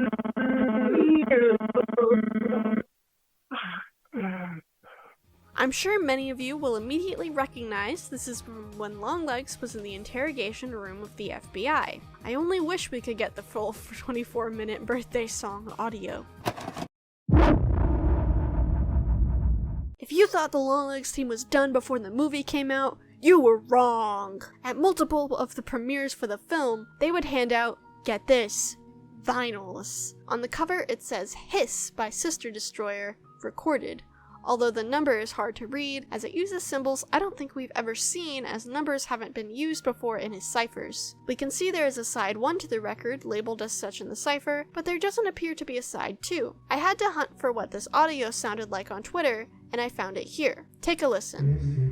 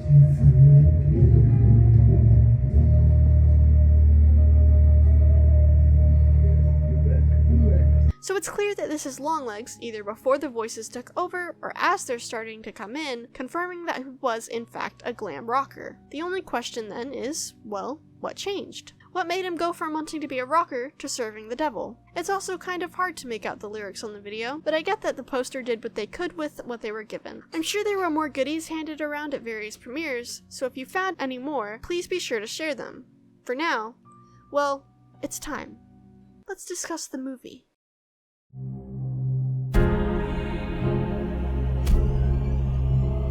The movie opens up with the lyrics of Bang a Gong! Yay! We write about the T-Rex connections. But, I mean, to be fair, I didn't see us getting this aspect wrong, given how much they hammered it into our brains throughout the ARG. The first thing we see in the entire film is from underneath the veil. Get this, from the doll's perspective as Longlegs drives up to Harker's house. This is our first indicator that the devil is in control the entire time, and also suggests that just like the devil at these households, we are an active observer. We are his audience. Longlegs finds his way to the house as Lee comes out to see who he is. He guides her around the house saying, "Cuckoo." While I do believe our interpretation in the last video of Cuckoo was correct, we later find that he seems to be doing this cuckoo bit to mimic a clock, I think. I assume it's to mark that the person's time has come. We also had people point out in the comments of the last video that there is a type of crime called cuckooing actually, which read directly from Google here is, quote, a practice where people take over a person's home and use the property to facilitate exploitation. Since Longlegs takes camp in Lee's basement after he meets her, this lines up pretty well actually. When he meets Lee face to face, he calls her the almost birthday girl and then says, quote, "It appears I wore my long legs today," end quote. So it seems at some point when talking to one of the birthday girls, he made a really shitty little joke and ever since then has stuck with it. Osgood Perkins has opened up about his name in an interview on Collider where he says, quote, "Yeah, it has a daddy long legs and creepy crawly aspect to it, but it also feels 70s to me, almost like a Led Zeppelin song or someone would have on the side of their van. Something groovy like that. It feels like a vintage word that people wouldn't toss around today. You don't get to fully understand it, it doesn't fully fit, which is alluring to me and creates a curiosity that I think is important. End quote. Stunning Animal 2492 on Reddit also shared with us a nursery rhyme about Old Father Longlegs, which is a part of the Goosey Goose Gander that feels very relevant to this film. It reads, "Old Father Longlegs can't say his prayers. Take him by the left leg and throw him down the stairs." So doesn't this seem like it matches up pretty well? After this, he begins to lean down to look Lee face to face, but before we can really process what he looks like, wham! Title card. The opening crawl has Jewel by T-Rex playing and has some blink and you'll miss it imagery, just like the trailers had. So it took me a few viewings to understand what all it was throwing at me. The first one shows between Blair Underwood and Alicia Witt's name, which is Agent Carter and Ruth Harker, and it appears to be the mouth of a snake, I believe? I'm not really sure what this is. Maybe it's meant to symbolize the teeth of the Hydra? Let me know what you guys think about this one. The next shot appears to be an upside down photo of Ethel's hand in the bathtub from the Weir family murders. The next is a black box with a white box within it. This is the default screen seen during Lee's questioning by the FBI to understand her psychic abilities. The next image is the 3 bodies in the boiler room at the Horn family murders. The next image is from the Applewhite murders. And then the next 2 images we see are of Harker's mother with blood on her face. We later see this scene is when Ruth seems to realize that she actually does enjoy what she's doing for Longlegs. And the last image of the crawl is the Harker household, upside down and completely black. With the context of the movie, we know that the moment Longlegs visited the Harkers, their lives were never the same. The household that was once upright, pure, and white is now upside down and full of darkness. Why? Because Ruth chose Crimson to protect her daughter, destroying herself and becoming a hub for evil. All of these seem to hold very big significance to the story. The Applewhites were Longlegs' first victims. The Weirs had a lot of religious imagery and had the devil present, it seemed. The Horn seems to have been a murder entirely constructed and staged by the devil for Lee. Ruth gives away her seeming ties to Longlegs in this crawl as well. And of course, the house is no longer white and is upside down, as if it were in hell. Every image is carefully placed here and not just a, oh, that's kind of cool moment. It does make me wonder what on earth that snake-like thing was supposed to be at the beginning then, if all of these other ones are as intentional as they are. After the crawl, we are met with an FBI meeting as they are tasked with going door to door to see if they can find someone who has a lead on a serial killer they're looking for. Or at least, I assumed it was a serial killer. This in hindsight makes the Instagram post that reads, "Door to door, there she goes. Where she stops, no one knows. Except for him. He knows," a double entendre. I do think it still applies to Ruth because she goes door to door to deliver the dolls, and the devil knows where she will stop. But it is also applicable here with Lee. Quote, "Door to door" is dropped beat for beat by their instructing agent, and the devil does know where Lee will stop as he is guiding her to the killer's household. Speaking of, this serial killer's address is very important. 3525 are the numbers Lee says for his street address. You may ask, well, why is that important? Well, friends, 3525 Potts Road, Colfax, Washington is the address of Friend of a Friend, the person running the Birthday Murders website. We aren't given any more information from Lee about this person's address, but the coincidences don't end here. The instructing agent warns all other agents that this killer is extremely dangerous and not likely to go quietly, and we immediately see that too, as just upon knocking on the door, he blows the brains out of Lee's partner. However, when Lee confronts him, he's no longer armed, and when she tells him not to move, he says, "I won't."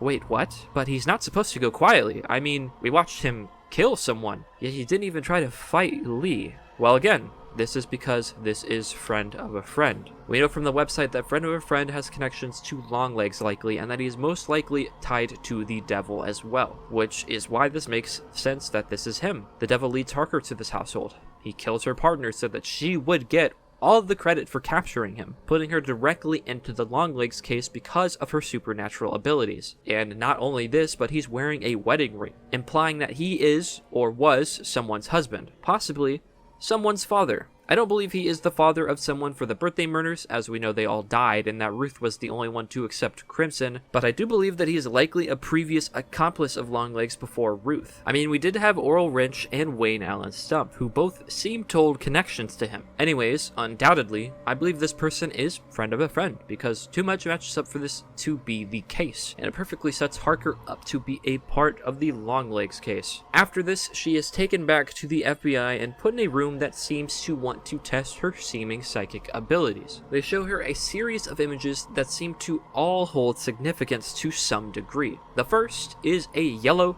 square with a blue rectangle in the middle. This rectangle has 2 red strips on it. Lee says camera, which could, again, have a double meaning. We of course know about how important the camera family is to the story, but a camera itself is important as she took a photo of Longlegs when she was younger. The next is a red square with a black line and a whitish circle above it. Lee says table, and I'll be real, I don't really quite understand this one too much. The next image is of a 3D cube to which Lee says the legs. I believe since this is a box and she says the legs, it's referring to the poem Satan Says that we talked about in the last video since, quote, the box stands on curved legs. We can assume this to be true because she has a cedar box in her room that she ends up repressing a lot of these old memories in. The next is a box with the bottom red and top orange, and the top left corner is a yellow circle. Lee says tiger, which could connect to the poem titled The Tiger. This is a poem questioning the existence of evil and wonders why God would let such evil exist in his world. It could also be because Lee has a stuffed tiger in her childhood bedroom, something about her childhood she may have forgotten. The next image looks very similar to that of a cigarette with a white bottom and an orange top. Lee says door, which I believe could be her thinking about the door leading to the basement and her kitchen, as this is where Longlegs hides, especially since this room appears very orange whenever we see it in the movie. The next is a red square with 2 yellow lines forming a right angle. At the center, it has a blue and green circle overlapping. To this, Lee says mother. We learn pretty quickly that Lee has a troubled relationship with her mother. 2 circles overlapping could represent the double life she lives, with Lee being what ties these 2 together. Those 2 lives being that of a nurse, a mother, and that of a killer, but also still a mother. The next is an inverted triangle, to which Lee responds, father. This one stood out to me immediately on a first watch, and it's very interesting because we know the inverted triangle to be symbolic of the unholy triangle, as it's the inverse of the holy triangle. It's actually the same exact looking picture from Longlegs' workspace. Lee saying father to this suggests, of course, connections to the devil. We know that she doesn't have a father, or at least he isn't mentioned at all in the film, which likely suggests that Harker's mother had sex before marriage and led to her having a child, which sex before marriage is a big sin to most Christians. It also seems to have isolated them from her family. As Ruth mentions, they are never visited by anyone, not even family. Alicia Witt in interviews hints that Ruth definitely has some type of trauma, to which the director Osgood has agreed that is the case. What that trauma is, though, we don't really know for sure, but it's definitely why the father isn't around and no family ever seems to pay them the time of day. In the last video, a comment by Pencil024 really caught my attention, and I believe this is a good place to discuss it here. We talked about a book page that Juliet and I couldn't figure out, but this user suggests that the book page connects a lot to Lee and Ruth. Let me read this comment for you. Quote, for example, when it talks about the Ardat Lili that has no husband, a restless ghost that wanders up and down until she is satisfied, this directly references Harker's father never being shown on screen or really mentioned. This would leave Harker's mom as the restless ghost until satisfied. This satisfaction would come when she meets Longlegs and deals to become his accomplice to spare Harker's life. End quote. And I believe Pencil is right about this, as it seems to be true. Ruth is restless and wants to make sure Lee grows up, but as we talked about earlier, she becomes very content, maybe even happy with the dirty work she ends up doing. Pencil then goes on, quote, the book says that the same woman gives birth to the Ali, devil, half human, half specter. This would reference when Carter first introduces Harker to the Longlegs case. He talks about her result at the beginning guessing game and her time when she pointed out the perfect house at the beginning of the film as some sort of psychic intuition. When she questioned it, he says it's better to be half psychic than not at all. The giving birth to the devil's sentences also raises an interesting theory that Harker's mother knew that Harker was haunted by a demonic presence as a child even before Longlegs, and that is why she urged her to say her prayers, but Harker admits to being scared of them. It is a common belief that possessed or haunted individuals cannot say their prayers out of control or fear by the demon possessing them. It just so happened that when Longlegs came around, it confirmed the mother's suspicions that the devil wanted her daughter and sent Longlegs to collect her. End quote. Later on in the film, Ruth says that the devil wanted Lee. If we think about this, we should quickly realize this doesn't add up, given that every one of Longlegs' victims before has had a father, and Lee doesn't have a dad in the picture. So this suggests that the devil in this case does actually want her, and because Lee was a child made through a sinful action, she is not a holy child. Or not intended to, anyways. The other interpretation here is that Lee is an extremely holy child, as Longlegs says her house was the whitest of them all, and Carrie Ann Camera later calls her an angel bitch. There's a lot of ways to take this, but the inverted triangle definitely suggests Longlegs. I want to thank Pencil for sharing their interpretation of those pages with us because we were seriously stumped, and it makes a lot of sense now. The last image Harker would see is a white square with another square in it, separated into 3 parts: white, pink, and red.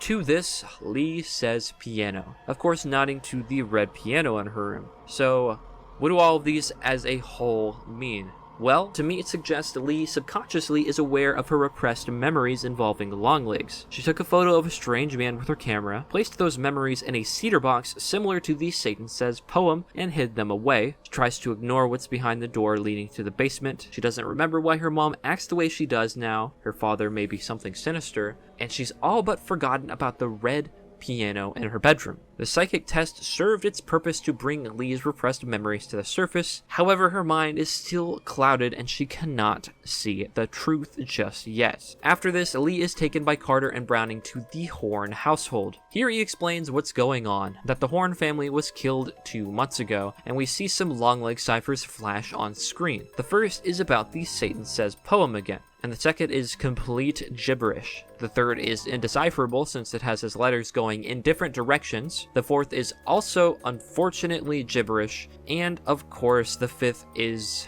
gibberish again. Man, I understand that they probably just threw them on the screen here to help those who haven't been following the ARG and understand that he has a very complex language. But for those of us that have been following it, come on man, throw us a bone here or something. I wish this meant anything. After their visit to the Horn house, Carter takes Lee back to his office so that she can see everything he's uncovered about the case. Right behind Carter is a giant picture of Bill Clinton, which I believe is very intentional as we see another photo of a president in this movie. Richard Nixon. For those that aren't super versed in American history, prior to Donald J. Trump, these are 2 of America's biggest impeachments during the modern age. I'm not counting Andrew Johnson because his actions weren't televised for the world to see. Richard Nixon was behind the Watergate scandal, where Nixon would wiretap or use certain agencies to give him the upper hand in the presidential race of 1972. After his actions started to come to light, an impeachment process immediately began, and although he would say he had nothing to do with it, he officially resigned from the presidency only 2 years into his 4-year term, where he became the first president to ever resign from office in the United States. So technically, he was never impeached, but it's very obvious he was guilty of his crimes. The other president, Bill Clinton, was impeached for lying under oath about his sexual relations with Monica Lewinsky and a sexual harassment lawsuit by Paula Jones. His impeachment was approved by the House of Representatives, but since the Senate was predominantly allies of Clinton, he was acquitted and allowed to serve the rest of his term. So yeah, I don't think it's any coincidence that the 2 presidents depicted in this film were people who committed known crimes where they were at the White House and got impeached for it. The Antichrist in Revelation was also always depicted as a social or political leader, much like a president would be, so again, probably not a coincidence.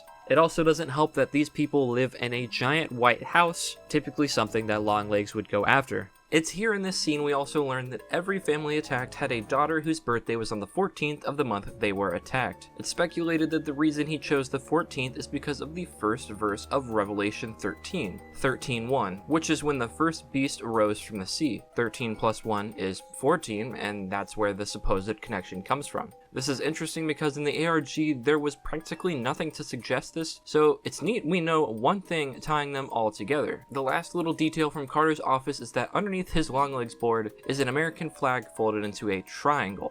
Although it's not inverted, probably doesn't have a ton of significance, but I felt it fit with the rest of the little secrets in this room. After this, Harker would begin to try and piece together all of the evidence she had lying around. We would get some flashes of newspaper articles. The first is dated Tuesday, March 11th, 85, and the title reads, "Police unearth 5 bodies found in Peninsula. Father kills family and self." Notable, this date is not on the birthday murder website, as it would have taken place during Longlegs' speculated break. Since the criteria matches up, this is certainly a possible candidate for a Longlegs crime, but since friend of a friend didn't include it, that suggests there either wasn't a cipher present or there wasn't religious imagery. It could just be a case he overlooked, though. Next we see images of the Applewhite murders, and then we see a certificate for birth of Janelle Katrina Berger. Okay, what is it with some of the names of the people in this movie? Well, this person was born July 14th, 1965, so the birthday fits, but we've never heard this person mentioned before, so I highly doubt it's relevant. While she's laying out the evidence, we clearly see the apparition of the devil appear behind her. Osgood Perkins has confirmed that there are 15 appearances of him throughout the film, and thanks to CL Nace on Twitter, I don't know how to say that name, I really hope I did it right, we know 12 of those appearances. I'll put their tweet up on the screen now. Big ups to them and their hard work for finding all of these appearances and making my life a little easier. Carter later comes in to check on Lee, finding her asleep on the floor. He takes a big gulp before asking her to come out with him to explain what she's found, and this gulp, believe it or not, seems to be important. On one of my last rewatches, I noticed that at certain points, characters would take deep gulps and then appear to speak while in a trance. These moments I noticed were when Carter invites Lee out to drink, which then in turn gets her to meet his family, when Kara Ann tells Lee that she doesn't remember her doll and calls her an angel bitch, when Harker's mom tells her she doesn't remember anything from her 9th birthday, and at the end when Miss Carter breaks free for a moment and whimpers, she gulps and then seems to be possessed again. While I'm not sure exactly what this could mean, I do believe that this suggests that something influences these characters to act in certain ways, to move along the devil's greater plan for Harker. It's no coincidence that every time that this happens, it's before a big revelation in the plot for Harker. We also get to hear the rest of the phone call of the paranoid father, which has him killing his daughter in her sleep. This would make this phone call from Reginald of the Bannister family, where he killed his daughter in her sleep with a hammer. Really lovely. Skipping forward a bit, Lee meets Carter's family. The details we should take away from this is that Ruby invites Lee to her birthday party, which seems to catch her mom off guard. And you know what? That makes sense. I mean, we're inviting a 20-something-year-old we just met to your daughter's birthday now. The other thing is that Lee didn't really want to be an FBI agent when she grew up. She wanted to be an actress. There's nothing to conclude she ever really desired being in the FBI, and in fact, she admits she's scared of being an agent. So this tells me that, again, the devil is leading her down a certain path, and for that path, she needed to be in law enforcement, not an actress. The next big scene is at Lee's house, where when she opens her mailbox, she can hear loud rock music being played nearby. This specific track is Chariot Chugel by T-Rex. This means Longlegs is at her house and is waiting to strike. One thing that's super interesting is that we see her look at a building right next to her house that looks like a giant white barn, or something of that nature. And this same building happens to be seen again at Ruth's house, which means that Lee lives right next to her mom or right down the street. What an interesting detail it shows us even after all this time, she's still so attached to her mother, whether she realizes it or not. This would also explain why Longlegs' vehicle appears to be nowhere at her house, as he's right there. There's no need to drive anywhere. She goes inside, and in her front doorway is a light shaped like an upside-down triangle. Neat little detail. She calls her mom, but has to hang up because the devil beckons for her. There's a big knock at her front door, and so she goes to check it out, locking the deadbolt. Lee takes a peek outside to see Longlegs bowing down in the mist to his dark lord. So, naturally someone in this situation would, run outside with a gun and try to apprehend the person they saw outside. The thing is, though, as we saw in the trailers, he's in her house now. Yeah, somehow Longlegs busted through that deadbolted door into the house. This, to me, suggests Longlegs is supernatural in some capacity, or the devil, opened the door for her. I don't really know, but, By logic, he should not have been able to bust through this door as he did, especially since the deadbolt didn't break. She maneuvers through the house to find a letter addressed to her on her desk, and it tells her not to open it until her birthday. This is tragically ironic because if she had waited to open this letter, none of the events in this film would have unfolded, as she wouldn't have been able to decode his messages. It is also a very overt call to one of the big themes of this movie, self-destruction. The choice is crimson or clover, and crimson has you destroy yourself according to Longlegs. Her opening the letter here damns herself, continuing her on the path for the devil's plan. Another instance in this film of this would be Lee's partner, as he chose not to call in and knock on the door himself. Had he called it in, he would have lived, and of course Ruth's entire character is pretty self-destructive. So yeah, she opens it up, and inside is one of the letters he typically leaves at crime scenes. We've definitely seen this one before, as it was all over the Birthday Murders website.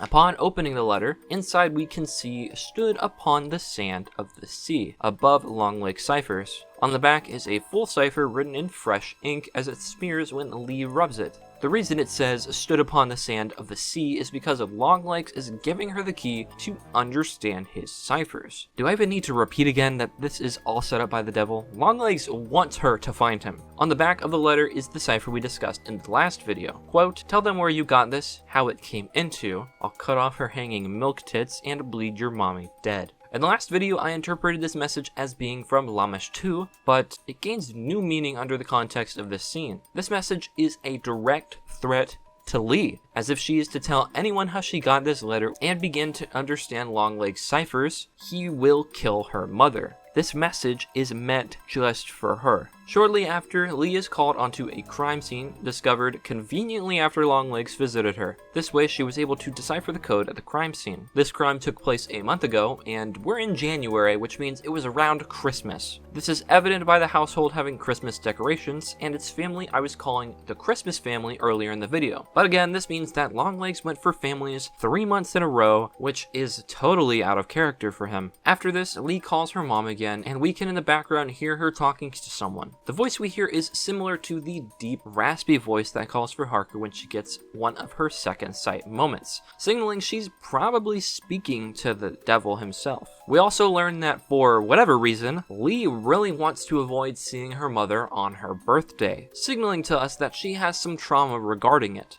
Later, she visits the library and the devil beckons to her what she should be looking for in some books. We talked about it last video, and we were right. All of Longlegs' crimes line up to form a triangle. That's his algorithm. Right now, he has almost finished his work, but one more victim is left. The victim of the 13th of January, which is the month they're currently in. Longlegs is going to strike soon to finish his triangle, so Lee has to act fast before he can get to another kid. We then move to when Carter and Lee visit the Camera family farm. They are tasked with finding X marks the spot, which they find means a bunch of crucifixes. Here, of course, as we discussed in the last video, they find a doll of Carrie Ann Camera, and it resembles her more now than it did when she received it. The doll is in fact in a cedar box and comes with a triangle that has a big smiley on it. They then take it somewhere to have it examined, where we're told the doll is made of porcelain, filled with cotton stuffing, the hair is human, and there is a ball that they have dubbed the brain. Where he's gotten human hair, I'm not sure. Maybe the heads he's gotten from some of the decapitated girls over the years? The important part about this scene is the ball. Shockingly, I was pretty on the nose about this one. This ball harbors satanic or demonic influence inside of it, allowing demons to see through its lens, but also acting as a snare for the souls of those killed at the houses it's taken to, or the souls in general of those at that house, even if they live. However, since this influence isn't tangible, they cannot see it with their eyes and assume that the ball is empty. With the help of an ultrasound tool, they can hear a loud humming within it, with clear whispering but played in reverse. Harker is seen imagining snakes as she listens to it, indicating to us again that it's demonic, but it allows her, or at the very least us, to see Longlegs making Carrie Ann Camera's doll. Here we can see that the first phone call of the ARG, where Longlegs asks who he's speaking to, is directed to the doll in actuality. And then he says, "Nice to meet you, Carrie Ann," which means that the demon introduced itself as Carrie Ann to Longlegs. This tells us that Longlegs lays dormant in the basement as we've seen, holding his black book and waiting until the man downstairs tells him to act. After being told to make a doll, he does, and then the doll introduces itself as the next victim, so Longlegs knows where to go and where to take it. Another weird thing about this scene is that the operator, I'm not really sure what to call him, is fascinated with the doll. He praises whoever made it as someone who actually really knows their craft, despite the doll having human hair. I feel like that would be a little bit of a turnoff, and shows hesitancy to cut the ball open because there's nothing inside. He even tells us that the ball was whispering his ex-wife name to him the night before. So it's clear that this ball is able to, at the very minimum, put whoever is near it for too long under a trance of some kind. After this, we start to get occasional bits from Longlegs' perspective. He's driving to the hardware store while listening to Planet Queen by T-Rex, and after he's left, he mocks the girl from the hardware store by screaming, "Mommy, Daddy, unmake me and save me from the hell of living." And I do mean he was really screaming it.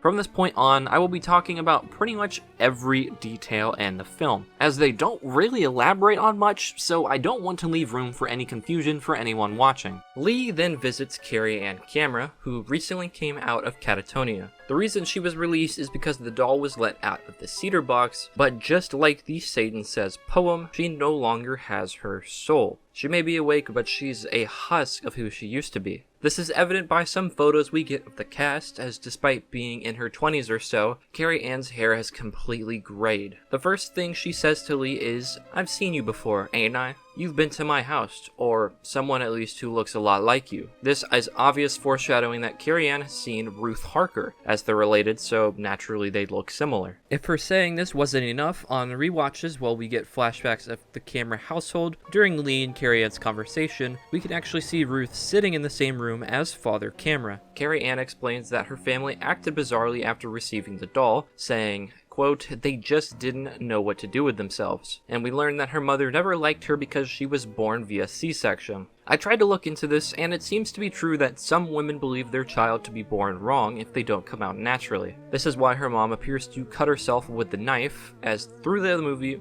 we see scars on her stomach from the operation. This could also explain why the doll looks so differently than Carrie Ann, as the real Carrie Ann is a daughter she didn't want. She also seems to defend her father, oddly enough, and one thing that's interesting to me is that there seems to be a large passage of time between the doll arriving and them dying. They seem to gradually keep going insane until they're finally just too crazy. This is odd because we see later on, with the Carters, it takes them like what we can assume is less than an hour to start the carnage. So it makes me wonder what determines how long families take to kill. Does their faith make them stronger? It also makes me wonder how long Ruth must have been waiting, because we know later on that she was there for this. Regardless, Lee asks about a man that visited her the day before, as Longlegs came into the assisted living building signed under Lee Harker to visit her. Carrie Ann lights up to this question with passion, saying she never wants to forget him and that she would do anything for him. She was just waiting for him to tell her something to do, either for him or for the man down the stairs. Like we mentioned earlier, the doll was brought out of the cedar box, which did wake her, but by this time, the devil would have had her soul, so she's become a servant to Longlegs because of that. Carrie Ann says that if he told her to jump off a building, that she would do it, and then proceeds to take a big gulp,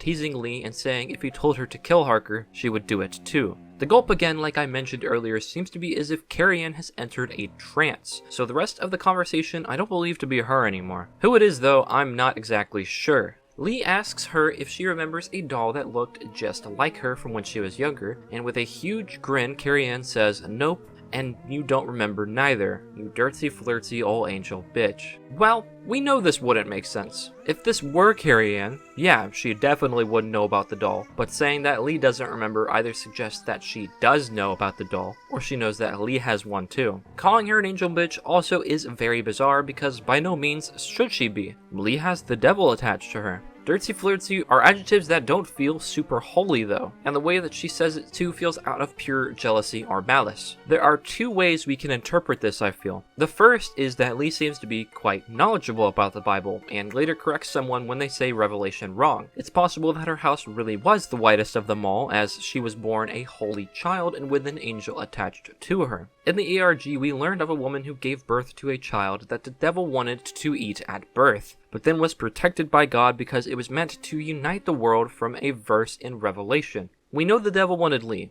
not to kill her, wanted her. So this passage representing her feels correct to some degree. However, God didn't protect her or her mother. She does seem to be inherently good, being drawn to law enforcement and all. And of course, Carrie-Anne is sided with demons here, so she would hold resentment towards angels. But it's hard to say for sure. The second is that Carrie-Anne holds heavy respect and admiration for Longlegs, as we can gather from her talk with Lee. Longlegs, on the other hand, is very enthralled by Lee Harker, as we find out. It's possible Carrie-Anne chose to use Longlegs' phrase, little angel here, towards Lee, but since Longlegs appreciates Lee more than her, Carrie-Anne uses it in a super jealous manner to attack Lee for receiving his admiration, not her. After all, she would do anything for him, from the sounds of it. So yeah, Carrie-Anne Camera may have finally begun to move, but her soul is gone, and she is just simply being used as a piece and Longlegs and the devil's plan for Lee and her mother. We're going to skip forward a bit to when Lee visits her mother, actually.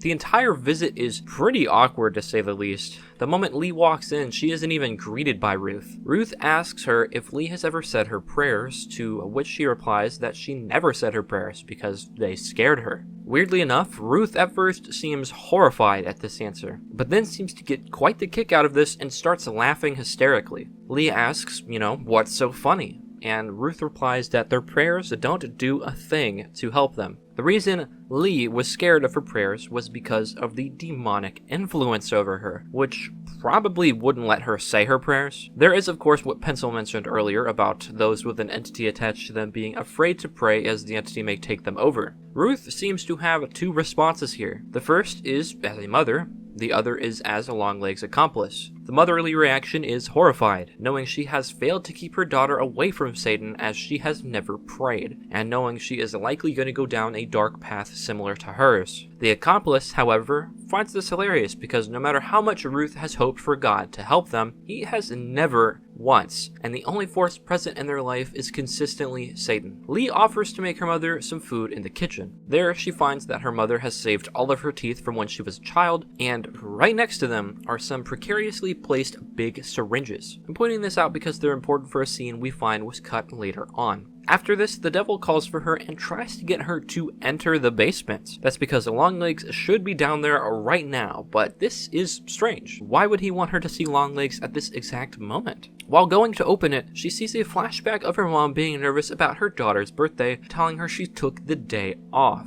After this, Longlegs pulls up to her house and she attempts to call someone, but her phone line is down. Then she whips out a rifle. Regardless, Lee doesn't enter the basement because she's called back to the living room by her mom. Ruth uses some language we've drawn to be synonymous to Longlegs, which is the redundant way of speaking, reusing phrases or words. She says, I bled, and bled, and bled. I'm not sure why these characters do this, maybe because they're not entirely there mentally. Here, she asks her mom if she remembers anything from her 9th birthday, and to this, she takes one giant gulp. That gulp again. I sound insane for pointing it out, but come on, it's consistent with these characters. After this, she appears to be in a trance and speaks not like herself, acting a little peculiarly too. She says no, asking her if she does remember anything. Lee asks about her calling the police the day before her 9th birthday about a trespasser, and she says no. There were no trespassers, no person ever visited them. And it's stuff little girls should know about, to which Lee says that she isn't a little girl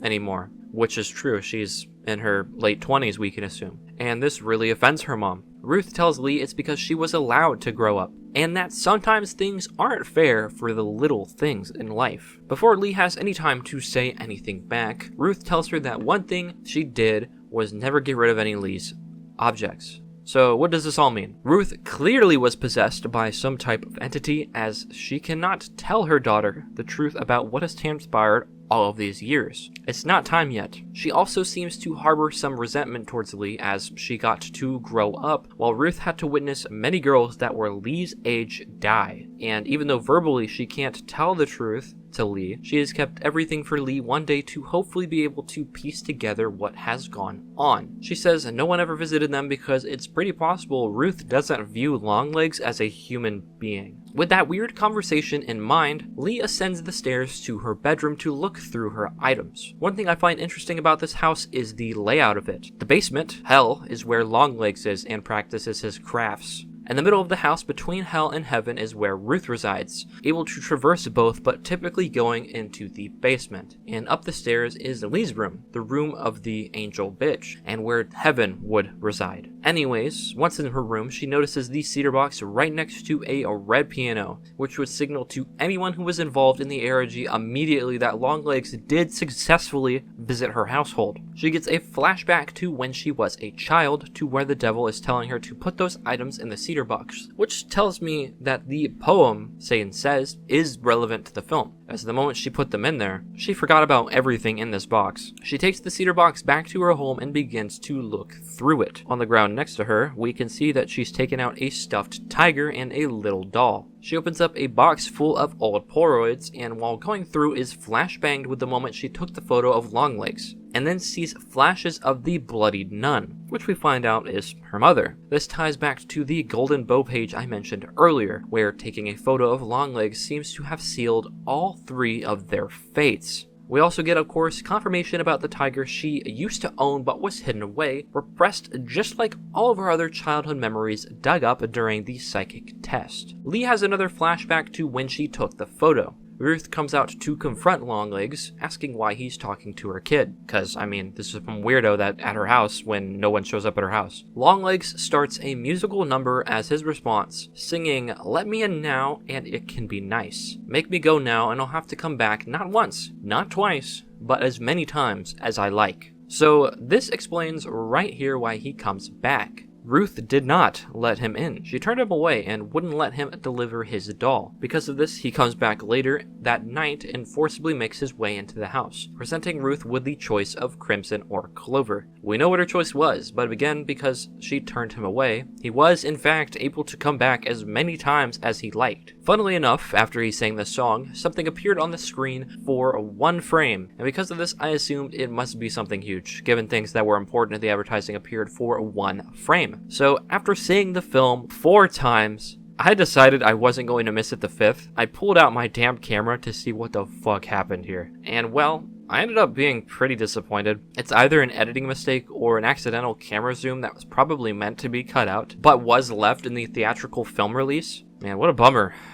This wasn't more important, but it's still a funny catch. I felt kind of insane trying to find it for so long though. She takes the photo to Carter and begins a manhunt for Longlegs, and they find him at a bus stop. Prior to this, it crossfades the unfinished head of one of his dolls over his own. This suggests that Longlegs is a puppet or a doll, but for what purpose I'm not entirely sure. What I do know is that despite being able to drive the car he owns away, he goes to a bus stop where he is caught easily, meaning he wanted to be caught. One thing I'd like to draw attention to here is this is the first real good time we get to see a look at his face. Harlow McFain, the makeup artist for the film, has said in an interview, quote, "His jam is that he's trying to make himself beautiful for the devil. He's in love with the devil, and he's trying to impress him. So he's gone through all of these plastic surgery botch jobs to make himself as pretty as he can for the devil. Everything he does is for the evil force he's trying to impress." Which, wow, that's a pretty funny reason he looks the way he does. His face is also extremely pale, and I just assumed this was because he was in the basement all the time, but Perkins has said in interviews that the intent for this pale makeup was to reference Bob Dylan during his Rolling Thunder tour. So the FBI catches him and brings him in for interrogation. He introduces himself as Dale Ferdinand Cobble, but again, we don't know if he's actually telling the truth here as he's lied about his identity before.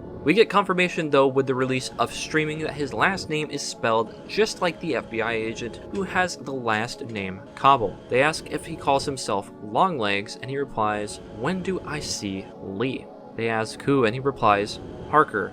the Herald Angel Sings. Hark the Herald Angel Sings is typically a Christmas song, funnily enough, but Hark the Herald Angel was something explicitly mentioned in the Longlegs cipher to the Seattle Times in the last video. Just to refresh your memory, a herald angel in the Bible is someone who is meant to be a messenger of God. This is coincidentally the second time Lee has been referred to as an angel in this movie. They ask how he knows Lee, and he replies, "A friend of a friend of a friend.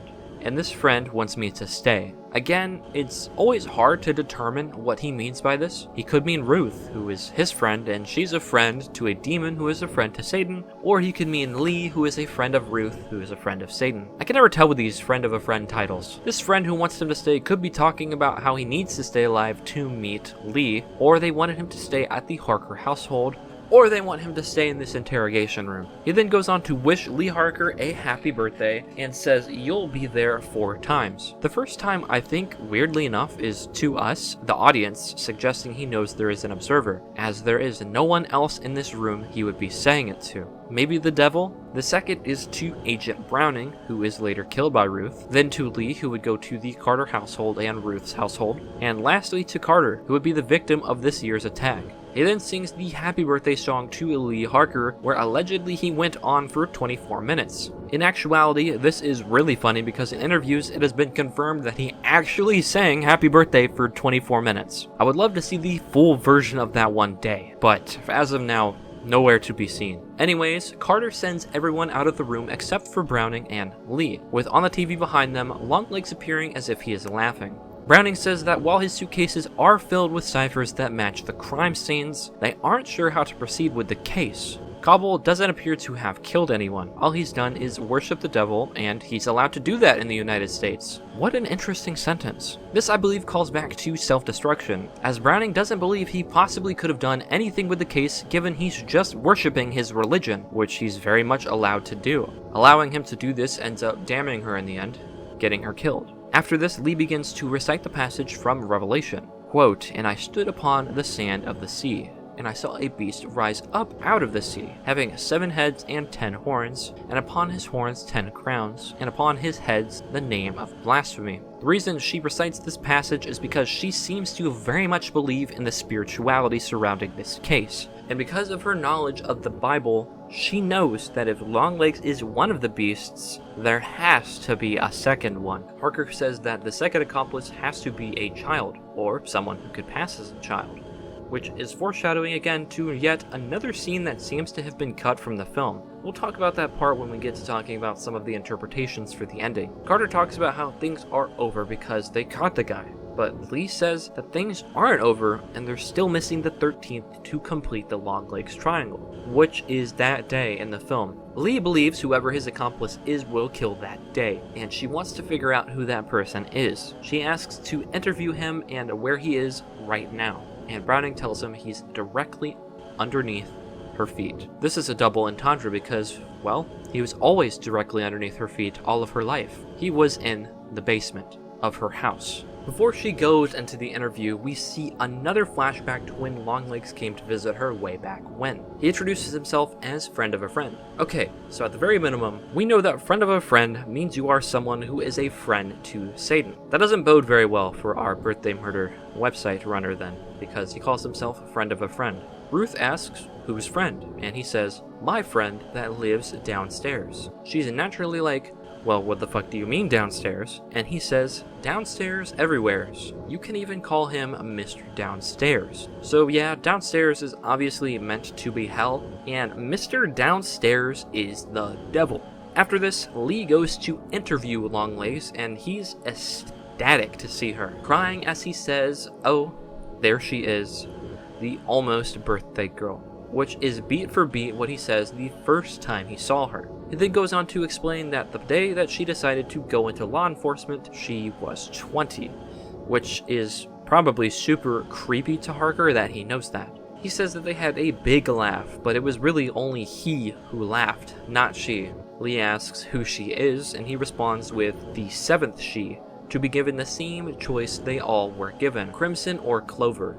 Accept the gift and destroy it, destroy yourselves and destroy yourself and yourselves, or keep it and bow down. Bow all the way down and get right down to the dirty, dirty work. Work that gets dirty as it cleans, like a mop.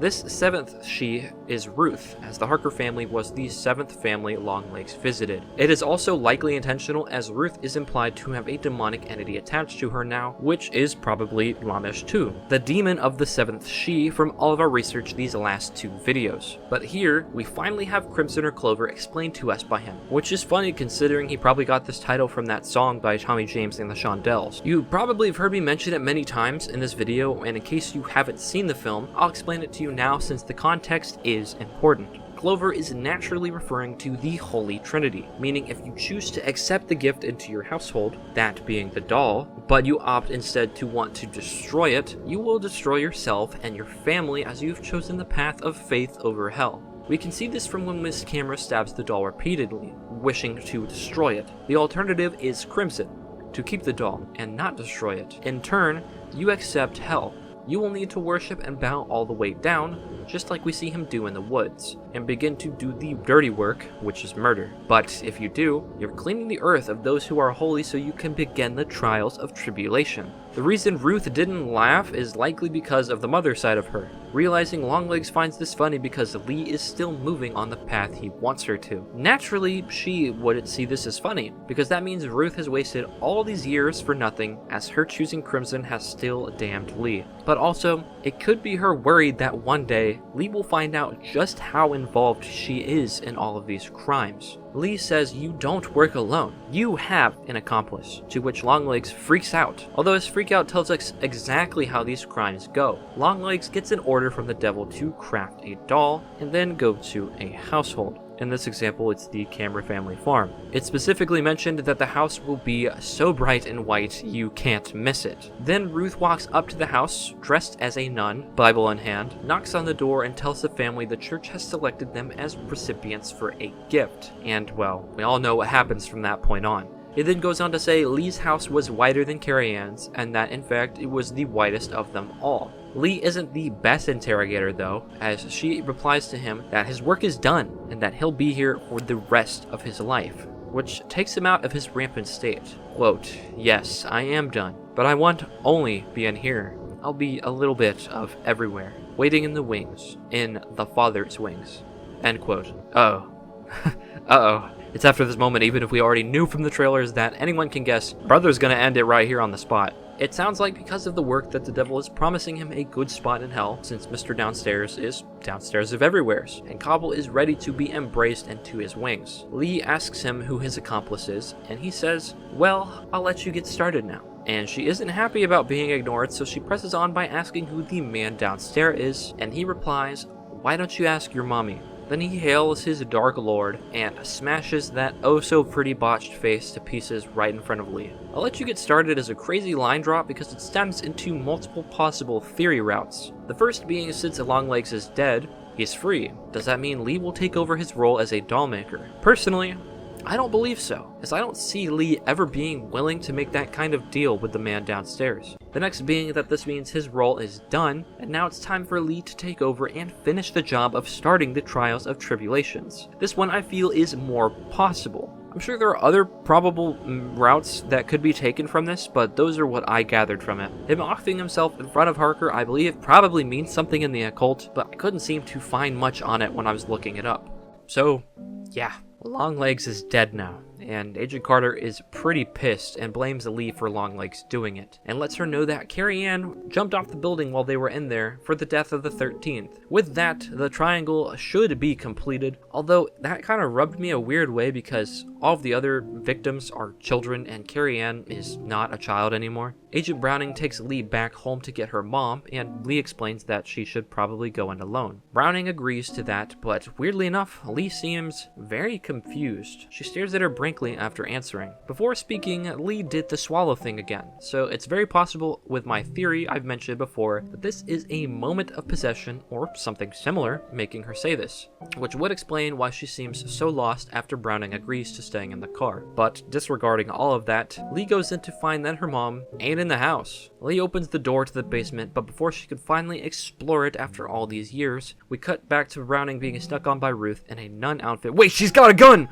Look out, Browning! But yeah, in case we were confused, we can see Longlegs' car parked in a little shed at their house. Ruth is the accomplice. Lee hears a gunshot outside. Ruth has killed Ancient Browning. Lee sees this from a window in her house, which is very interesting because it's a direct parallel to when she noticed Longlegs coming up her driveway. 2 times in this movie has her life been forever changed by looking through a window. She rushes outside to confront her mom and finds her standing in front of the Lee doll that was in the promotional material. We get an idea now for how it is cracked as she's pointing her gun at it. She tells Lee, "You caught him. Now he's free," which again reiterating that catching him has freed him from his duties. After all of these years, his job is finally done. Ruth says, "And you're free too, baby girl," shooting the doll right in the head. After shooting it, a black cloud flies out of Lee's head. It immediately knocks her to the ground as she falls unconscious, seeing a black smoke emerge from the doll. From this, we can assume that Ruth shot the doll specifically where the orb was located, destroying it in the process, freeing Lee from the devil's control. What's interesting is that this is not the first version of this scene, as Alicia Witt has opened up about this scene being very emotional to her in interviews. She says she hasn't watched the film and doesn't plan to, but talks about the scene with Maika, who is Lee Harker, and the hypodermic needle. This needle she's talking about is the one we saw next to Lee's teeth back at her visit to Ruth's house. Quote, "She makes the choice to harm the daughter she sacrificed everything for, but she did it because she knew it was the best way to save her. At that point, she did know best, and Lee wasn't understanding the sacrifice or the necessity of what Ruth had done. So this was Ruth's attempt to protect Lee and to allow herself to finish the job at the Carter birthday party, so Lee would be free of the greater obligation." So from this, we can gather that the original intent of this scene was that Ruth shot the doll, and then while Lee was having a hard time processing what was going on, she would hug her and inject her with the needle. That way, Lee wouldn't be able to interrupt what Ruth needed to do at the Carter household. It's an interesting turn of events, and honestly one that I wish had happened because I think it would have made the gravity of the situation all the more intense. Plus, it would reward repeated watching, as audience members would be able to notice the needle was present in earlier scenes. But the point here is that Lee is free, or at least Ruth believes that to be the case, and she is going to deliver the final doll to finish all of this. After Lee goes unconscious, we get a bit of an exposition drop by Ruth. Some important things to take away is that she calls Longlegs doll making magic, the work of the devil, and we see locks of what we can assume is human hair hanging from the ceiling. The orb appears and crossfades to young Lee, with Ruth saying there's a little bit of him in everyone. And with this one, I'm not really sure what she means. Does she mean there's pieces of Longlegs used to make the orb? Or does she mean the devil is inherently in everyone? She confirms that the doll told Lee what to see, where to look, and what to remember, which lines up with all of our theories to this point. Ruth says that the devil wanted Lee, but she couldn't have done that, and then we cut to Longlegs tying her up. Longlegs repeats the line from one of the trailers, quote, "You could have made nice with me, but you didn't." And now that has led to all of this. This is a callback to earlier, when he told her to let him in and it can be nice. Make him go and he'll come back a bunch. We know she turned him away, so she wasn't nice with him, and she has to make the choice of Crimson or Clover. We all know what this choice ends up being by now. After this, we get to see footage of her delivering the doll to the Camera family. Her job is to get the doll in the house and watch as the devil does this stuff, make sure things goes as he wants. Now personally, I do not know how I feel about this. I get this entire sequence was needed to fill in some spots, but I feel exposition dumping may not be the best way to go about it, especially since most of this we as an audience probably know up to this point in time anyways. Lee wakes up in her basement, in Longlegs' lair, and it's really orange, which I think is pretty fitting, given it's supposed to be the lair of hell. We don't know how long she's been out, but we can assume it's either the same day, which is the 13th, or the next day, which is the 14th, being Lee Harker and Ruby Carter's birthday. But we get a pretty sick shot as the camera pans to make her seem upside down. When I was looking at the trailers, and in the last video, I actually pointed out that I thought this was Longlegs in this scene. Honestly, I feel like she still does look a bit like him, but I'm not sure what that could imply. She moves upstairs to catch the phone ringing, which was what woke her up, and it shows us that yeah, Longlegs was downstairs in her house this whole time. She goes to pick up the phone, and on the other end we hear a demonic voice tell her she is late for Miss Ruby Carter's birthday. And the thing here is, Lee is free. She has free will to absolutely not go to this party, but since she knows that Ruby and Agent Carter's lives are in danger, she goes. Or, if we assume she doesn't have free will here and she's still under his control, this would show us what Lee hears when she's told what to do by him. although I do believe she is absolutely in control. Going out here is just another one of the many additions to the damning yourselves themes, especially since when driving to the Carter household, she seems really upset. An important thing to note is the gun Harker had before is gone. The one we see her take into the Carter household is a gun that was already in Longlegs' car. We can tell because of the models. The one she is seen with in this part of the film is a revolver, while the one she had before was not a revolver. I'd also like to discuss that this phone call could be why Ruth always asked for sure if it was Lee on the other end of the phone, because if the devil can call Lee, it almost certainly can call Ruth.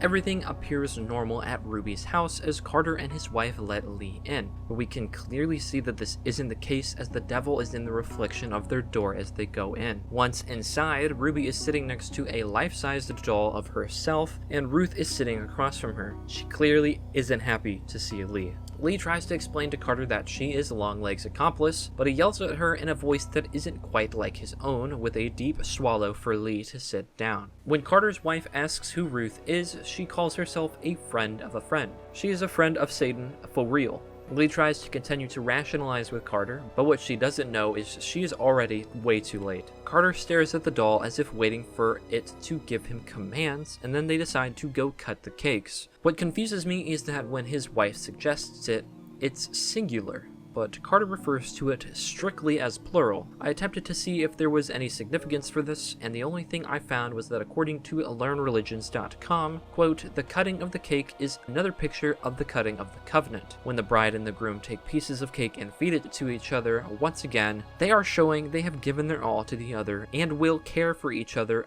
as one flesh. Although I don't really think that's too applicable here, I just wonder what this means, especially since this line was mentioned in the birthday murder ciphers at some point. His wife, Anna, whimpers with another deep swallow as Ruth says that she is already dead, and Ruby will be next. Carter nods as if accepting the commands from the doll, about to cry, and his voice cracks as he asks Anna to join him in the kitchen. It's sad because, even though he's got no control over himself, he still seems to be conscious of what he's doing. Although, no, I'll be right back, you'll still be in the kitchen, is one of the craziest line deliveries ever. Such a morbidly funny moment. Lee stands there and watches as they leave, which is another thing that's confused me. Maybe she is in disbelief at what's happening and is frozen still, or maybe she is still under some type of influence. I don't really know why she stands completely still while this is happening, especially when she knows how to stop it. Shoot the doll in the head. I assume she really is just lost at what to do,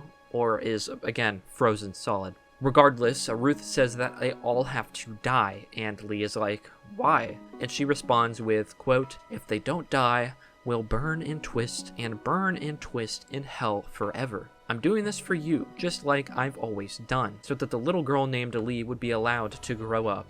And that makes it right. And so I'll do it again, and again, and again, and I'll do it until I stand upon the sand of the sea and I see a beast rise up out of the sea, end quote. Let's unpack this real quick. So Ruth initially did this so Lee could grow up, so she'd be allowed to grow up, just like she mentioned earlier when she first met with Ruth in the movie. However, we can see that Ruth starts to enjoy this at some point, as she smiles with blood all over her when she leaves one of the households. She was corrupt, she was the restless ghost, but now she is satisfied. Now she will keep killing until she can stand upon the sand and watch a beast rise from it. Meaning she wants to watch the trials of tribulations begin and the birth of the Antichrist. In the background, we hear Carter killing his wife as Lee, who again has free will presumably, tries to remove Ruby from the doll and take her away. This makes Ruth tense up and Carter runs back into the room, with Lee asking him to stop. Naturally, he doesn't because he has no control over himself, and so Lee shoots him 2 times. Ruby goes back to the doll and Ruth demands Lee to move away from it. Lee replies,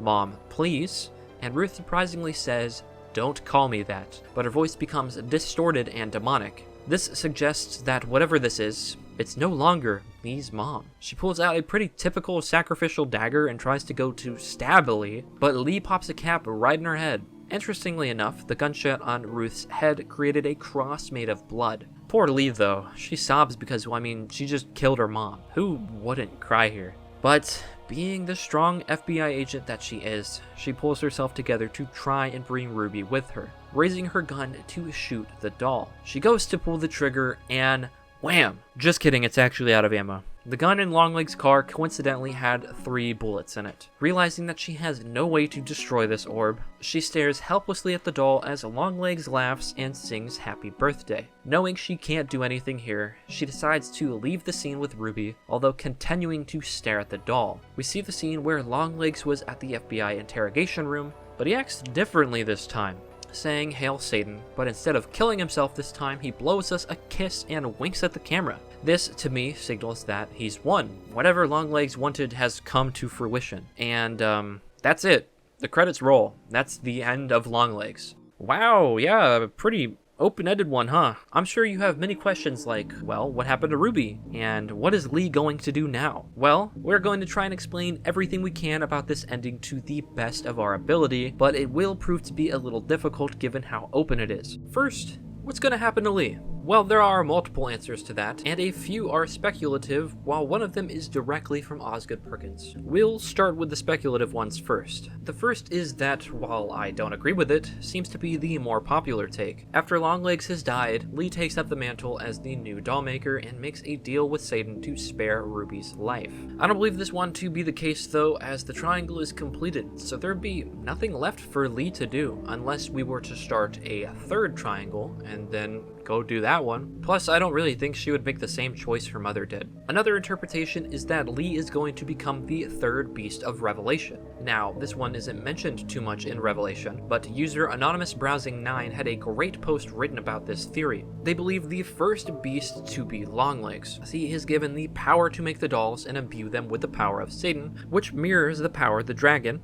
who is the devil, gives the first beast of Revelation. Plus, the first beast's purpose is to wage war among men and cause chaos, which Longlegs definitely does by making these dolls. The second beast is Ruth, the false prophet, as the beast seemed to be someone who worshipped God, but instead was trying to spread worship of the man downstairs. This, of course, referencing how she dresses like a nun when she carries a doll that is pure evil with her. She also serves Longlegs, much like the second beast does to the first beast. And of course, they think Lee becomes the third beast by the end of the film. But unfortunately, the evidence they provide is very minimal, although that isn't really their fault, as again, the third beast is hardly discussed in the Bible. This one could be plausible given the connections to Longlegs and Ruth with the two beasts there, but we will never know for sure. Another interpretation is one my friend the Vile Eye has given us, which is that Longlegs' goal was to create the Antichrist and that in the end he succeeded. Lee.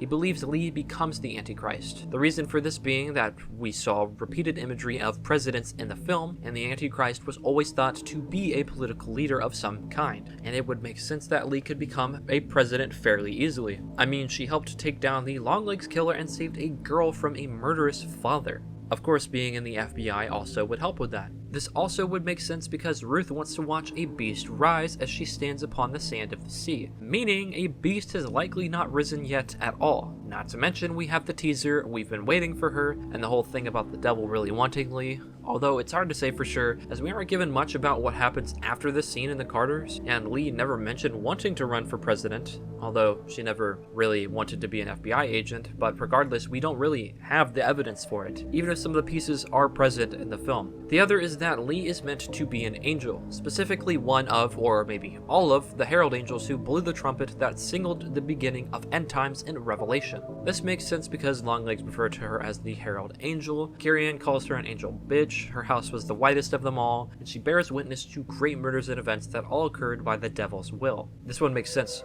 to me personally, and could explain why Longlegs is laughing at the end because the trials are beginning and his job succeeded, but again, there just isn't enough evidence to support it. The final interpretation is formed thanks to what Osgood Perkins has fed us in multiple interviews. He describes what has happened to Lee as the ultimate plan to ruin her life, just for the sake of the devil having some fun. Quote, "I think the ending for her is about as bad as it could have turned out. Like, shooting her mom in the head, that's about as bad a day as a person can have. So I think that ultimately one could say that the entire movement of the movie, or the entire movement of all of Longlegs' crimes, starting from crime number 1 all the way to the Carter family, it's all about getting this poor girl to a place where she shoots her mom in the head. Like, that's kind of the flourish, the devil's, yep, I did that."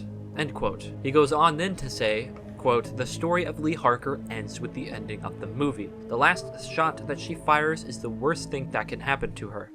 End quote. So, If we are to take his words as the truth, that means that the devil had been waiting for her. He picked her from birth, just like the devil tried to eat that one child from birth in Revelation. This would make sense because the crimes started the year Lee was born. It took place over many years, roped her mom into it, and made her kill people to save Lee from damnation. Or so she thought. Had Lee discard her dreams to join the FBI, all just so on her birthday, she would shoot and kill her mom. If that is the case, wow, yeah, that is fucked up. Although from a narrative point of view, I wish that had been conveyed better, because it seems like the film is continually trying to form some greater, bigger purpose or have some big symbolic meanings to it that are never really realized at the end. What we know for certain is that, as far as Osgood is concerned, Lee's story with the devil ends in the Carter household. Well, what about Ruby?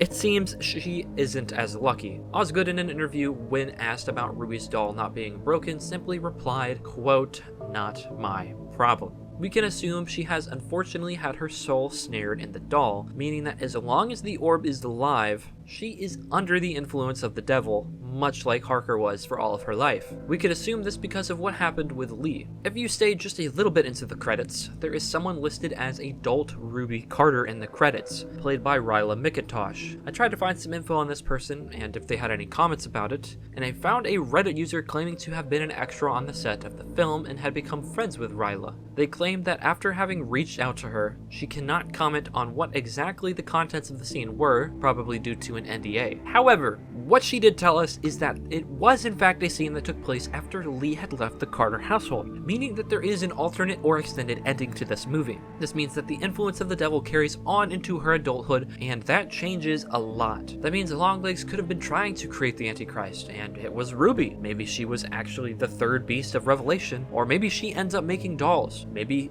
like Lee mentioned, she's someone that looks like a child that ends up becoming an accomplice of some kind. But again, we will never know until this scene gets released. Even when it is released, we still may not know the devil's plan for her. Personally, I'm upset this got cut because I feel this was necessary for the narrative to feel conclusive. Knowing Ruby Carter stays connected to the devil after all of these years would have answered so many people's questions. So, that's the movie. What do I think about it personally? Well, I think it's brilliant. Although, to an extent, the story was told in such an interesting way. Like, I find it super cool that many people were caught so off guard by the sudden supernatural elements. The movie from start to finish being an entire narrative woven by the devil is also really interesting. The ARG did add a lot to the film for me, but I don't know if it's a good thing because that means people who didn't know about it could be missing key details. Longlegs is a great character and antagonist, but I wish we had gotten to see more of him. I think it sucks we get introduced to him, see him sometimes like a cryptid caught on camera like he's fucking Bigfoot or something, and then he just dies. Ruth Harker is a super interesting character, but I wish we had got to know more about her. Introducing her an hour in for the first time is probably not the right move. I think it's interesting that Alicia Witt and Osgood agreed she has trauma, but like, why don't we get to see any of that? That would have added a lot of depth to her character. The suspense and the world building is fascinating, but I really can't help but feel that there's no payoff. And the third act is, it's incredibly rushed. Once we capture Longlegs, the film just zooms in on its pacing, when it was pretty methodically paced before, and that's not a good thing. I love how it's a movie that gives you just enough to work with to form many of your own conclusions, but I feel the ending is just way too open-ended and leaves far too much room for speculation. An ending is supposed to feel conclusive. I should be able to walk out of the theater and feel satisfied that the movie has come to a close in some capacity, and I could not help but feel that the film did not feel like it concluded whatsoever. I think that the movie could have benefited from like 10 to 15 more minutes, which it sounds like we may have had with the adult Ruby Carter bit, but we probably will never know what that even is. Speaking of, the cut content in this movie seems peculiar, and I wonder what the intention for not including some of the things were, like the thing with Ruth and the needle. The editing was also choppy at times, so I wonder if in between when it was shown at festivals and when critics saw it, they made a new edit for theaters and it was a little bit more rushed. Regardless though, even if I have some criticisms, that doesn't mean it's not great. This is definitely one of the most thought-provoking movies I've seen in a long time. Like I mentioned, we watched it 5 times, and every reviewing, I felt I was rewarded more and more for revisiting the film, which I love when movies do that. Osgood clearly knows how to tell a good horror story, and all I can hope is that in the future, studios give him more budget to work with so that he can complete a full narrative and see his vision all the way through. I'd give the film a 9 out of 10, which sucks because I'd love to give it a 10, but I just feel the ending is left way too open and there are far too many loose ends. What did you think of the film, Juliet? I really liked it. It was certainly less scary and more suspenseful than I expected, but I enjoyed myself regardless. I was pretty happy with everything we got right and how fulfilled I felt after the movie was over, but I do wish we got to see more Nick Cage. Yeah, I do agree it's pretty cool that we ended up getting a lot right in the end. Although, it is pretty funny we ran so far with the narrative of Longlegs bringing dolls to life, and that was just so completely off. A lot of the other stuff though, wow. That marketing must have been good, or we might be really good detectives, because we did manage to figure a lot out. Not everything, though. Besides that, buckle in. We're not done just yet, everyone. I went through some of the Instagram posts we got after the film came out, and it all seemed to just be movie quotes in the Longlegs ciphers. However, we have one more website update. Let's go check it out. On July 15th, the Longlegs Instagram page didn't update. There was no new cipher, no billboard, there wasn't even a post at all actually. That's pretty sad. I can't say I was expecting anything huge since the movie had dropped now, but I was hoping for something. One thing to note again before heading into the website is that friend of a friend is not an individual we should really trust now. Not only do we have confirmation through the film that friend of a friend is synonymous with a friend of Satan, but we know friend of a friend is likely connected to Longlegs and was the serial killer caught at the beginning of the film. With that in mind, if we move to the Birthday Murders website, the contact and home pages have no new information.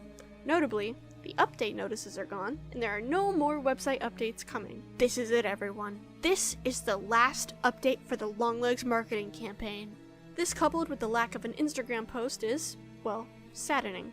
This all has been a bit of fun, but all things must come to an end eventually, I suppose. Let's move to the victims page to see what's new. Friend of a Friend leaves us a small excerpt before answering more emails from readers, with a notable piece of information to us. Are there more murders we don't know about? As prolific as the Longlegs killer has been, it's quite possible that there are more victims that have yet to be discovered. Does this answer any loose ends for us? Well, no. In fact, it makes it seem like the theories about there being more murders that we don't know about are very possible. I'm not really sure how much this would change the overall narrative though, as it means there would potentially be more than one triangle. As for the readers column, they mentioned the vinyl we discussed earlier that was given out at showings at the beginning. Some of the questions and answers are interesting though. For example, someone asks, how long do you think it will take for another family to follow the same fate? And friend of a friend replies, never, I dearly hope. That is my intent for making this weblog in the first place. This is interesting because it means friend of a friend is like trying to warn the world and make people aware of Longlegs' presence so that he may not kill again. There are also 3 questions all about Wrench, the guy who seemed to be a Longlegs copycat killer, but all 3 questions friend of a friend answers with denial that Wrench knew Longlegs. That's peculiar given his ciphers directly reference Longlegs ciphers at times. Maybe it's meant to throw us off course? I don't trust friend of a friend anymore.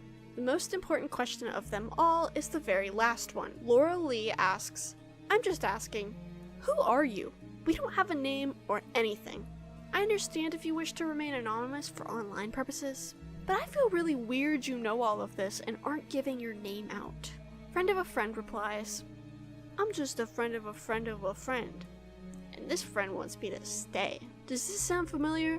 This is word for word what Longlegs tells the investigators at the FBI before Lee comes to see him. This right here confirms to us that friend of a friend undoubtedly is connected to Longlegs, as he should not know about that interrogation. Outside of this, however, the majority of the questions aren't super relevant, and the answers given do not give us any new information or really much of anything to work off of. At the bottom of the page is a new hyperlink that reads, very simply, Bang a Gong. Shockingly, this is the first RAR file to not require a password of any kind to extract the files. However, the files are worded in such a way that makes them difficult to extract for some reason. The only way I was able to get it to work was to extract them one at a time. Inside, we have a macOS file, which is likely actually a mistake in the marketing campaign because friend of a friend would have an operating system that wouldn't be released for almost another 10 years. The other file you have to go through about 3 to get to the actual contents of it, and each one is a Longlegs cipher. However, they're all too short to be any words and don't form any concrete words when put together. Inside are some book pages. 2 photos of a crime scene, a WAV file, and 2 smiling triangles. These triangles are probably familiar because they're the same ones found on Carrie Ann's doll. One of the crime scene photos appears to be one we've gotten before, and the other one looks to be the same, but on closer inspection, it's different. This is from the Horn family, down where the 3 bodies were found. In this photo, there appears to be a dismembered hand in the doorway. This hand isn't present in another photo from the same perspective, and none of the family members had their hands cut off, so what is this then?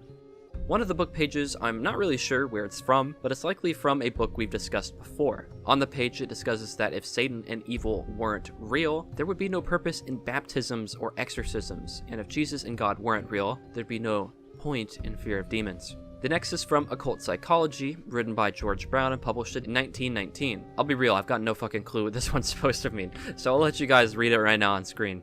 Be sure to pause, soak that shit in, let me know if it means anything.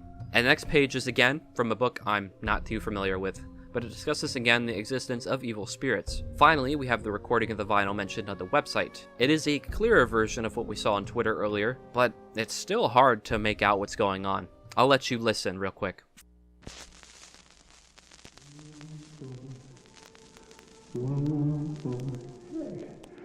Mr. Downstairs at your door. On the radio, we must go.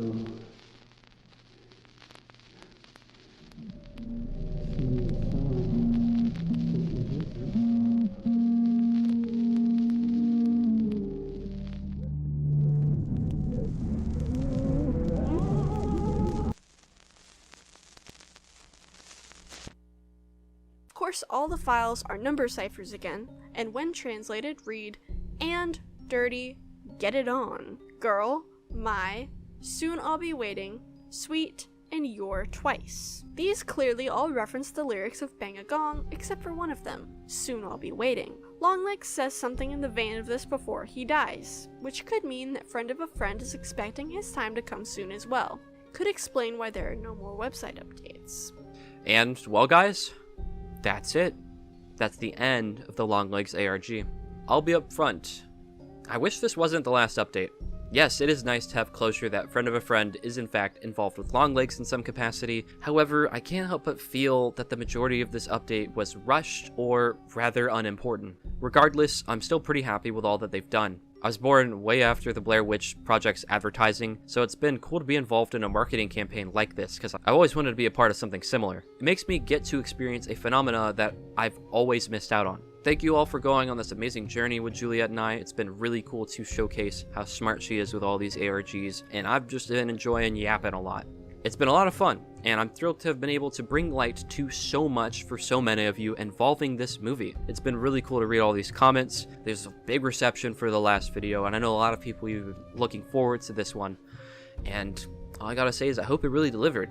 But we're not exactly done just yet. We do have one more update, although it's not super huge.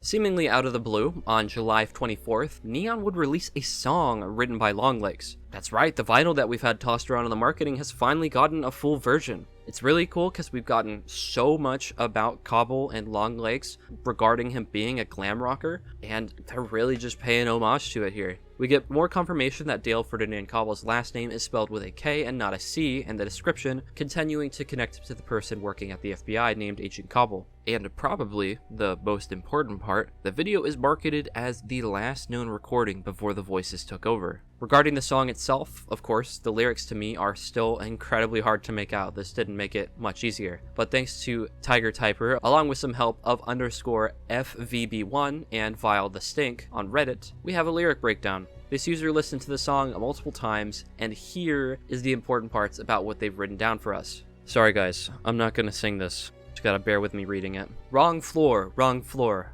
Hey, Mr. Downstairs at your door. A little radio in my skull. I sing you a song and take your tits off. So, a wrong floor probably refers to the kind of metaphor we discussed earlier with Lee's house. The top floor is heaven, the middle floor is the earth, and the right floor to Longlegs is hell, the bottom floor. That's why the other two are wrong. Mr. Downstairs at your door, a little radio in my skull, probably is venting frustration that the devil wants into his mind and whispers things to him, almost like having a little radio in his head. Everybody's going down this time. Hate myself, let it in, let it out, wearing a nice face. Do you find me beautiful? Everybody's going down, referring likely to how hell will rise with the trials of tribulations. Hate myself is probably one of the only moments of sincerity we have of Longlegs before he falls completely under. This means his hatred for himself probably led him to the occult. Let it in, let it out could be whether he wants to let the voices in and accept them or keep rejecting them. And wearing a nice face, do you find me beautiful, is likely referencing his botched surgeries to appease his overlord. Now let's get to something interesting. One thing I found in my research for Longlegs is that Osgood worked with the composers of the score to have tracks play backwards, as backwards songs were representative of Satan in some points in pop culture. This I never felt was worth mentioning until now, as Fire, Fire, Fire has backwards vocals in it. They read, "Put their little heads in between my fingers and my thumb, twist and pull, and there was goop that would break. Nobody stop me." When he sings these lyrics, he sounds in pain, likely because he doesn't actually want to kill these little girls. Not yet anyways. This entire song really embodies his war against the voices in his head and trying to maintain his free will, but as we learn, just like the Harkers, he loses this battle. Throughout the video, we see bits and pieces of the same psychology test Harker is put through by the FBI, and we even see some of the same symbols, like table. Some of them are new, but it's impossible to discern what they mean if you ask me. What a pleasant surprise. After this song drop, we held off on working on this video for a long time to see if anything else would come, but this appears to actually be the last thing from Longlegs.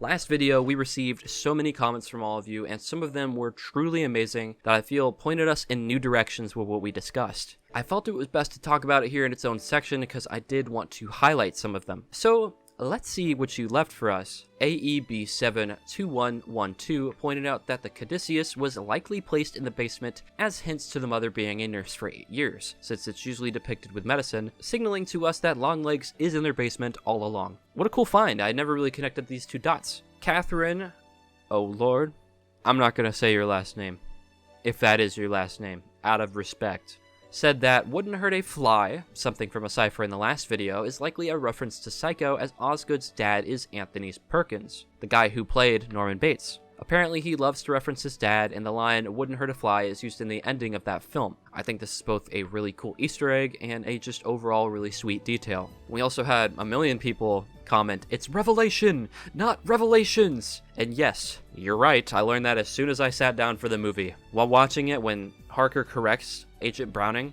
I leaned over to Juliet and said, "Oh fuck, that's gonna be like 90% of the comments." And I was almost right.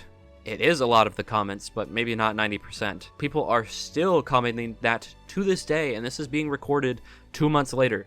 And with that, let me take a ritual bow. This behemoth of a video comes to a close. Wow.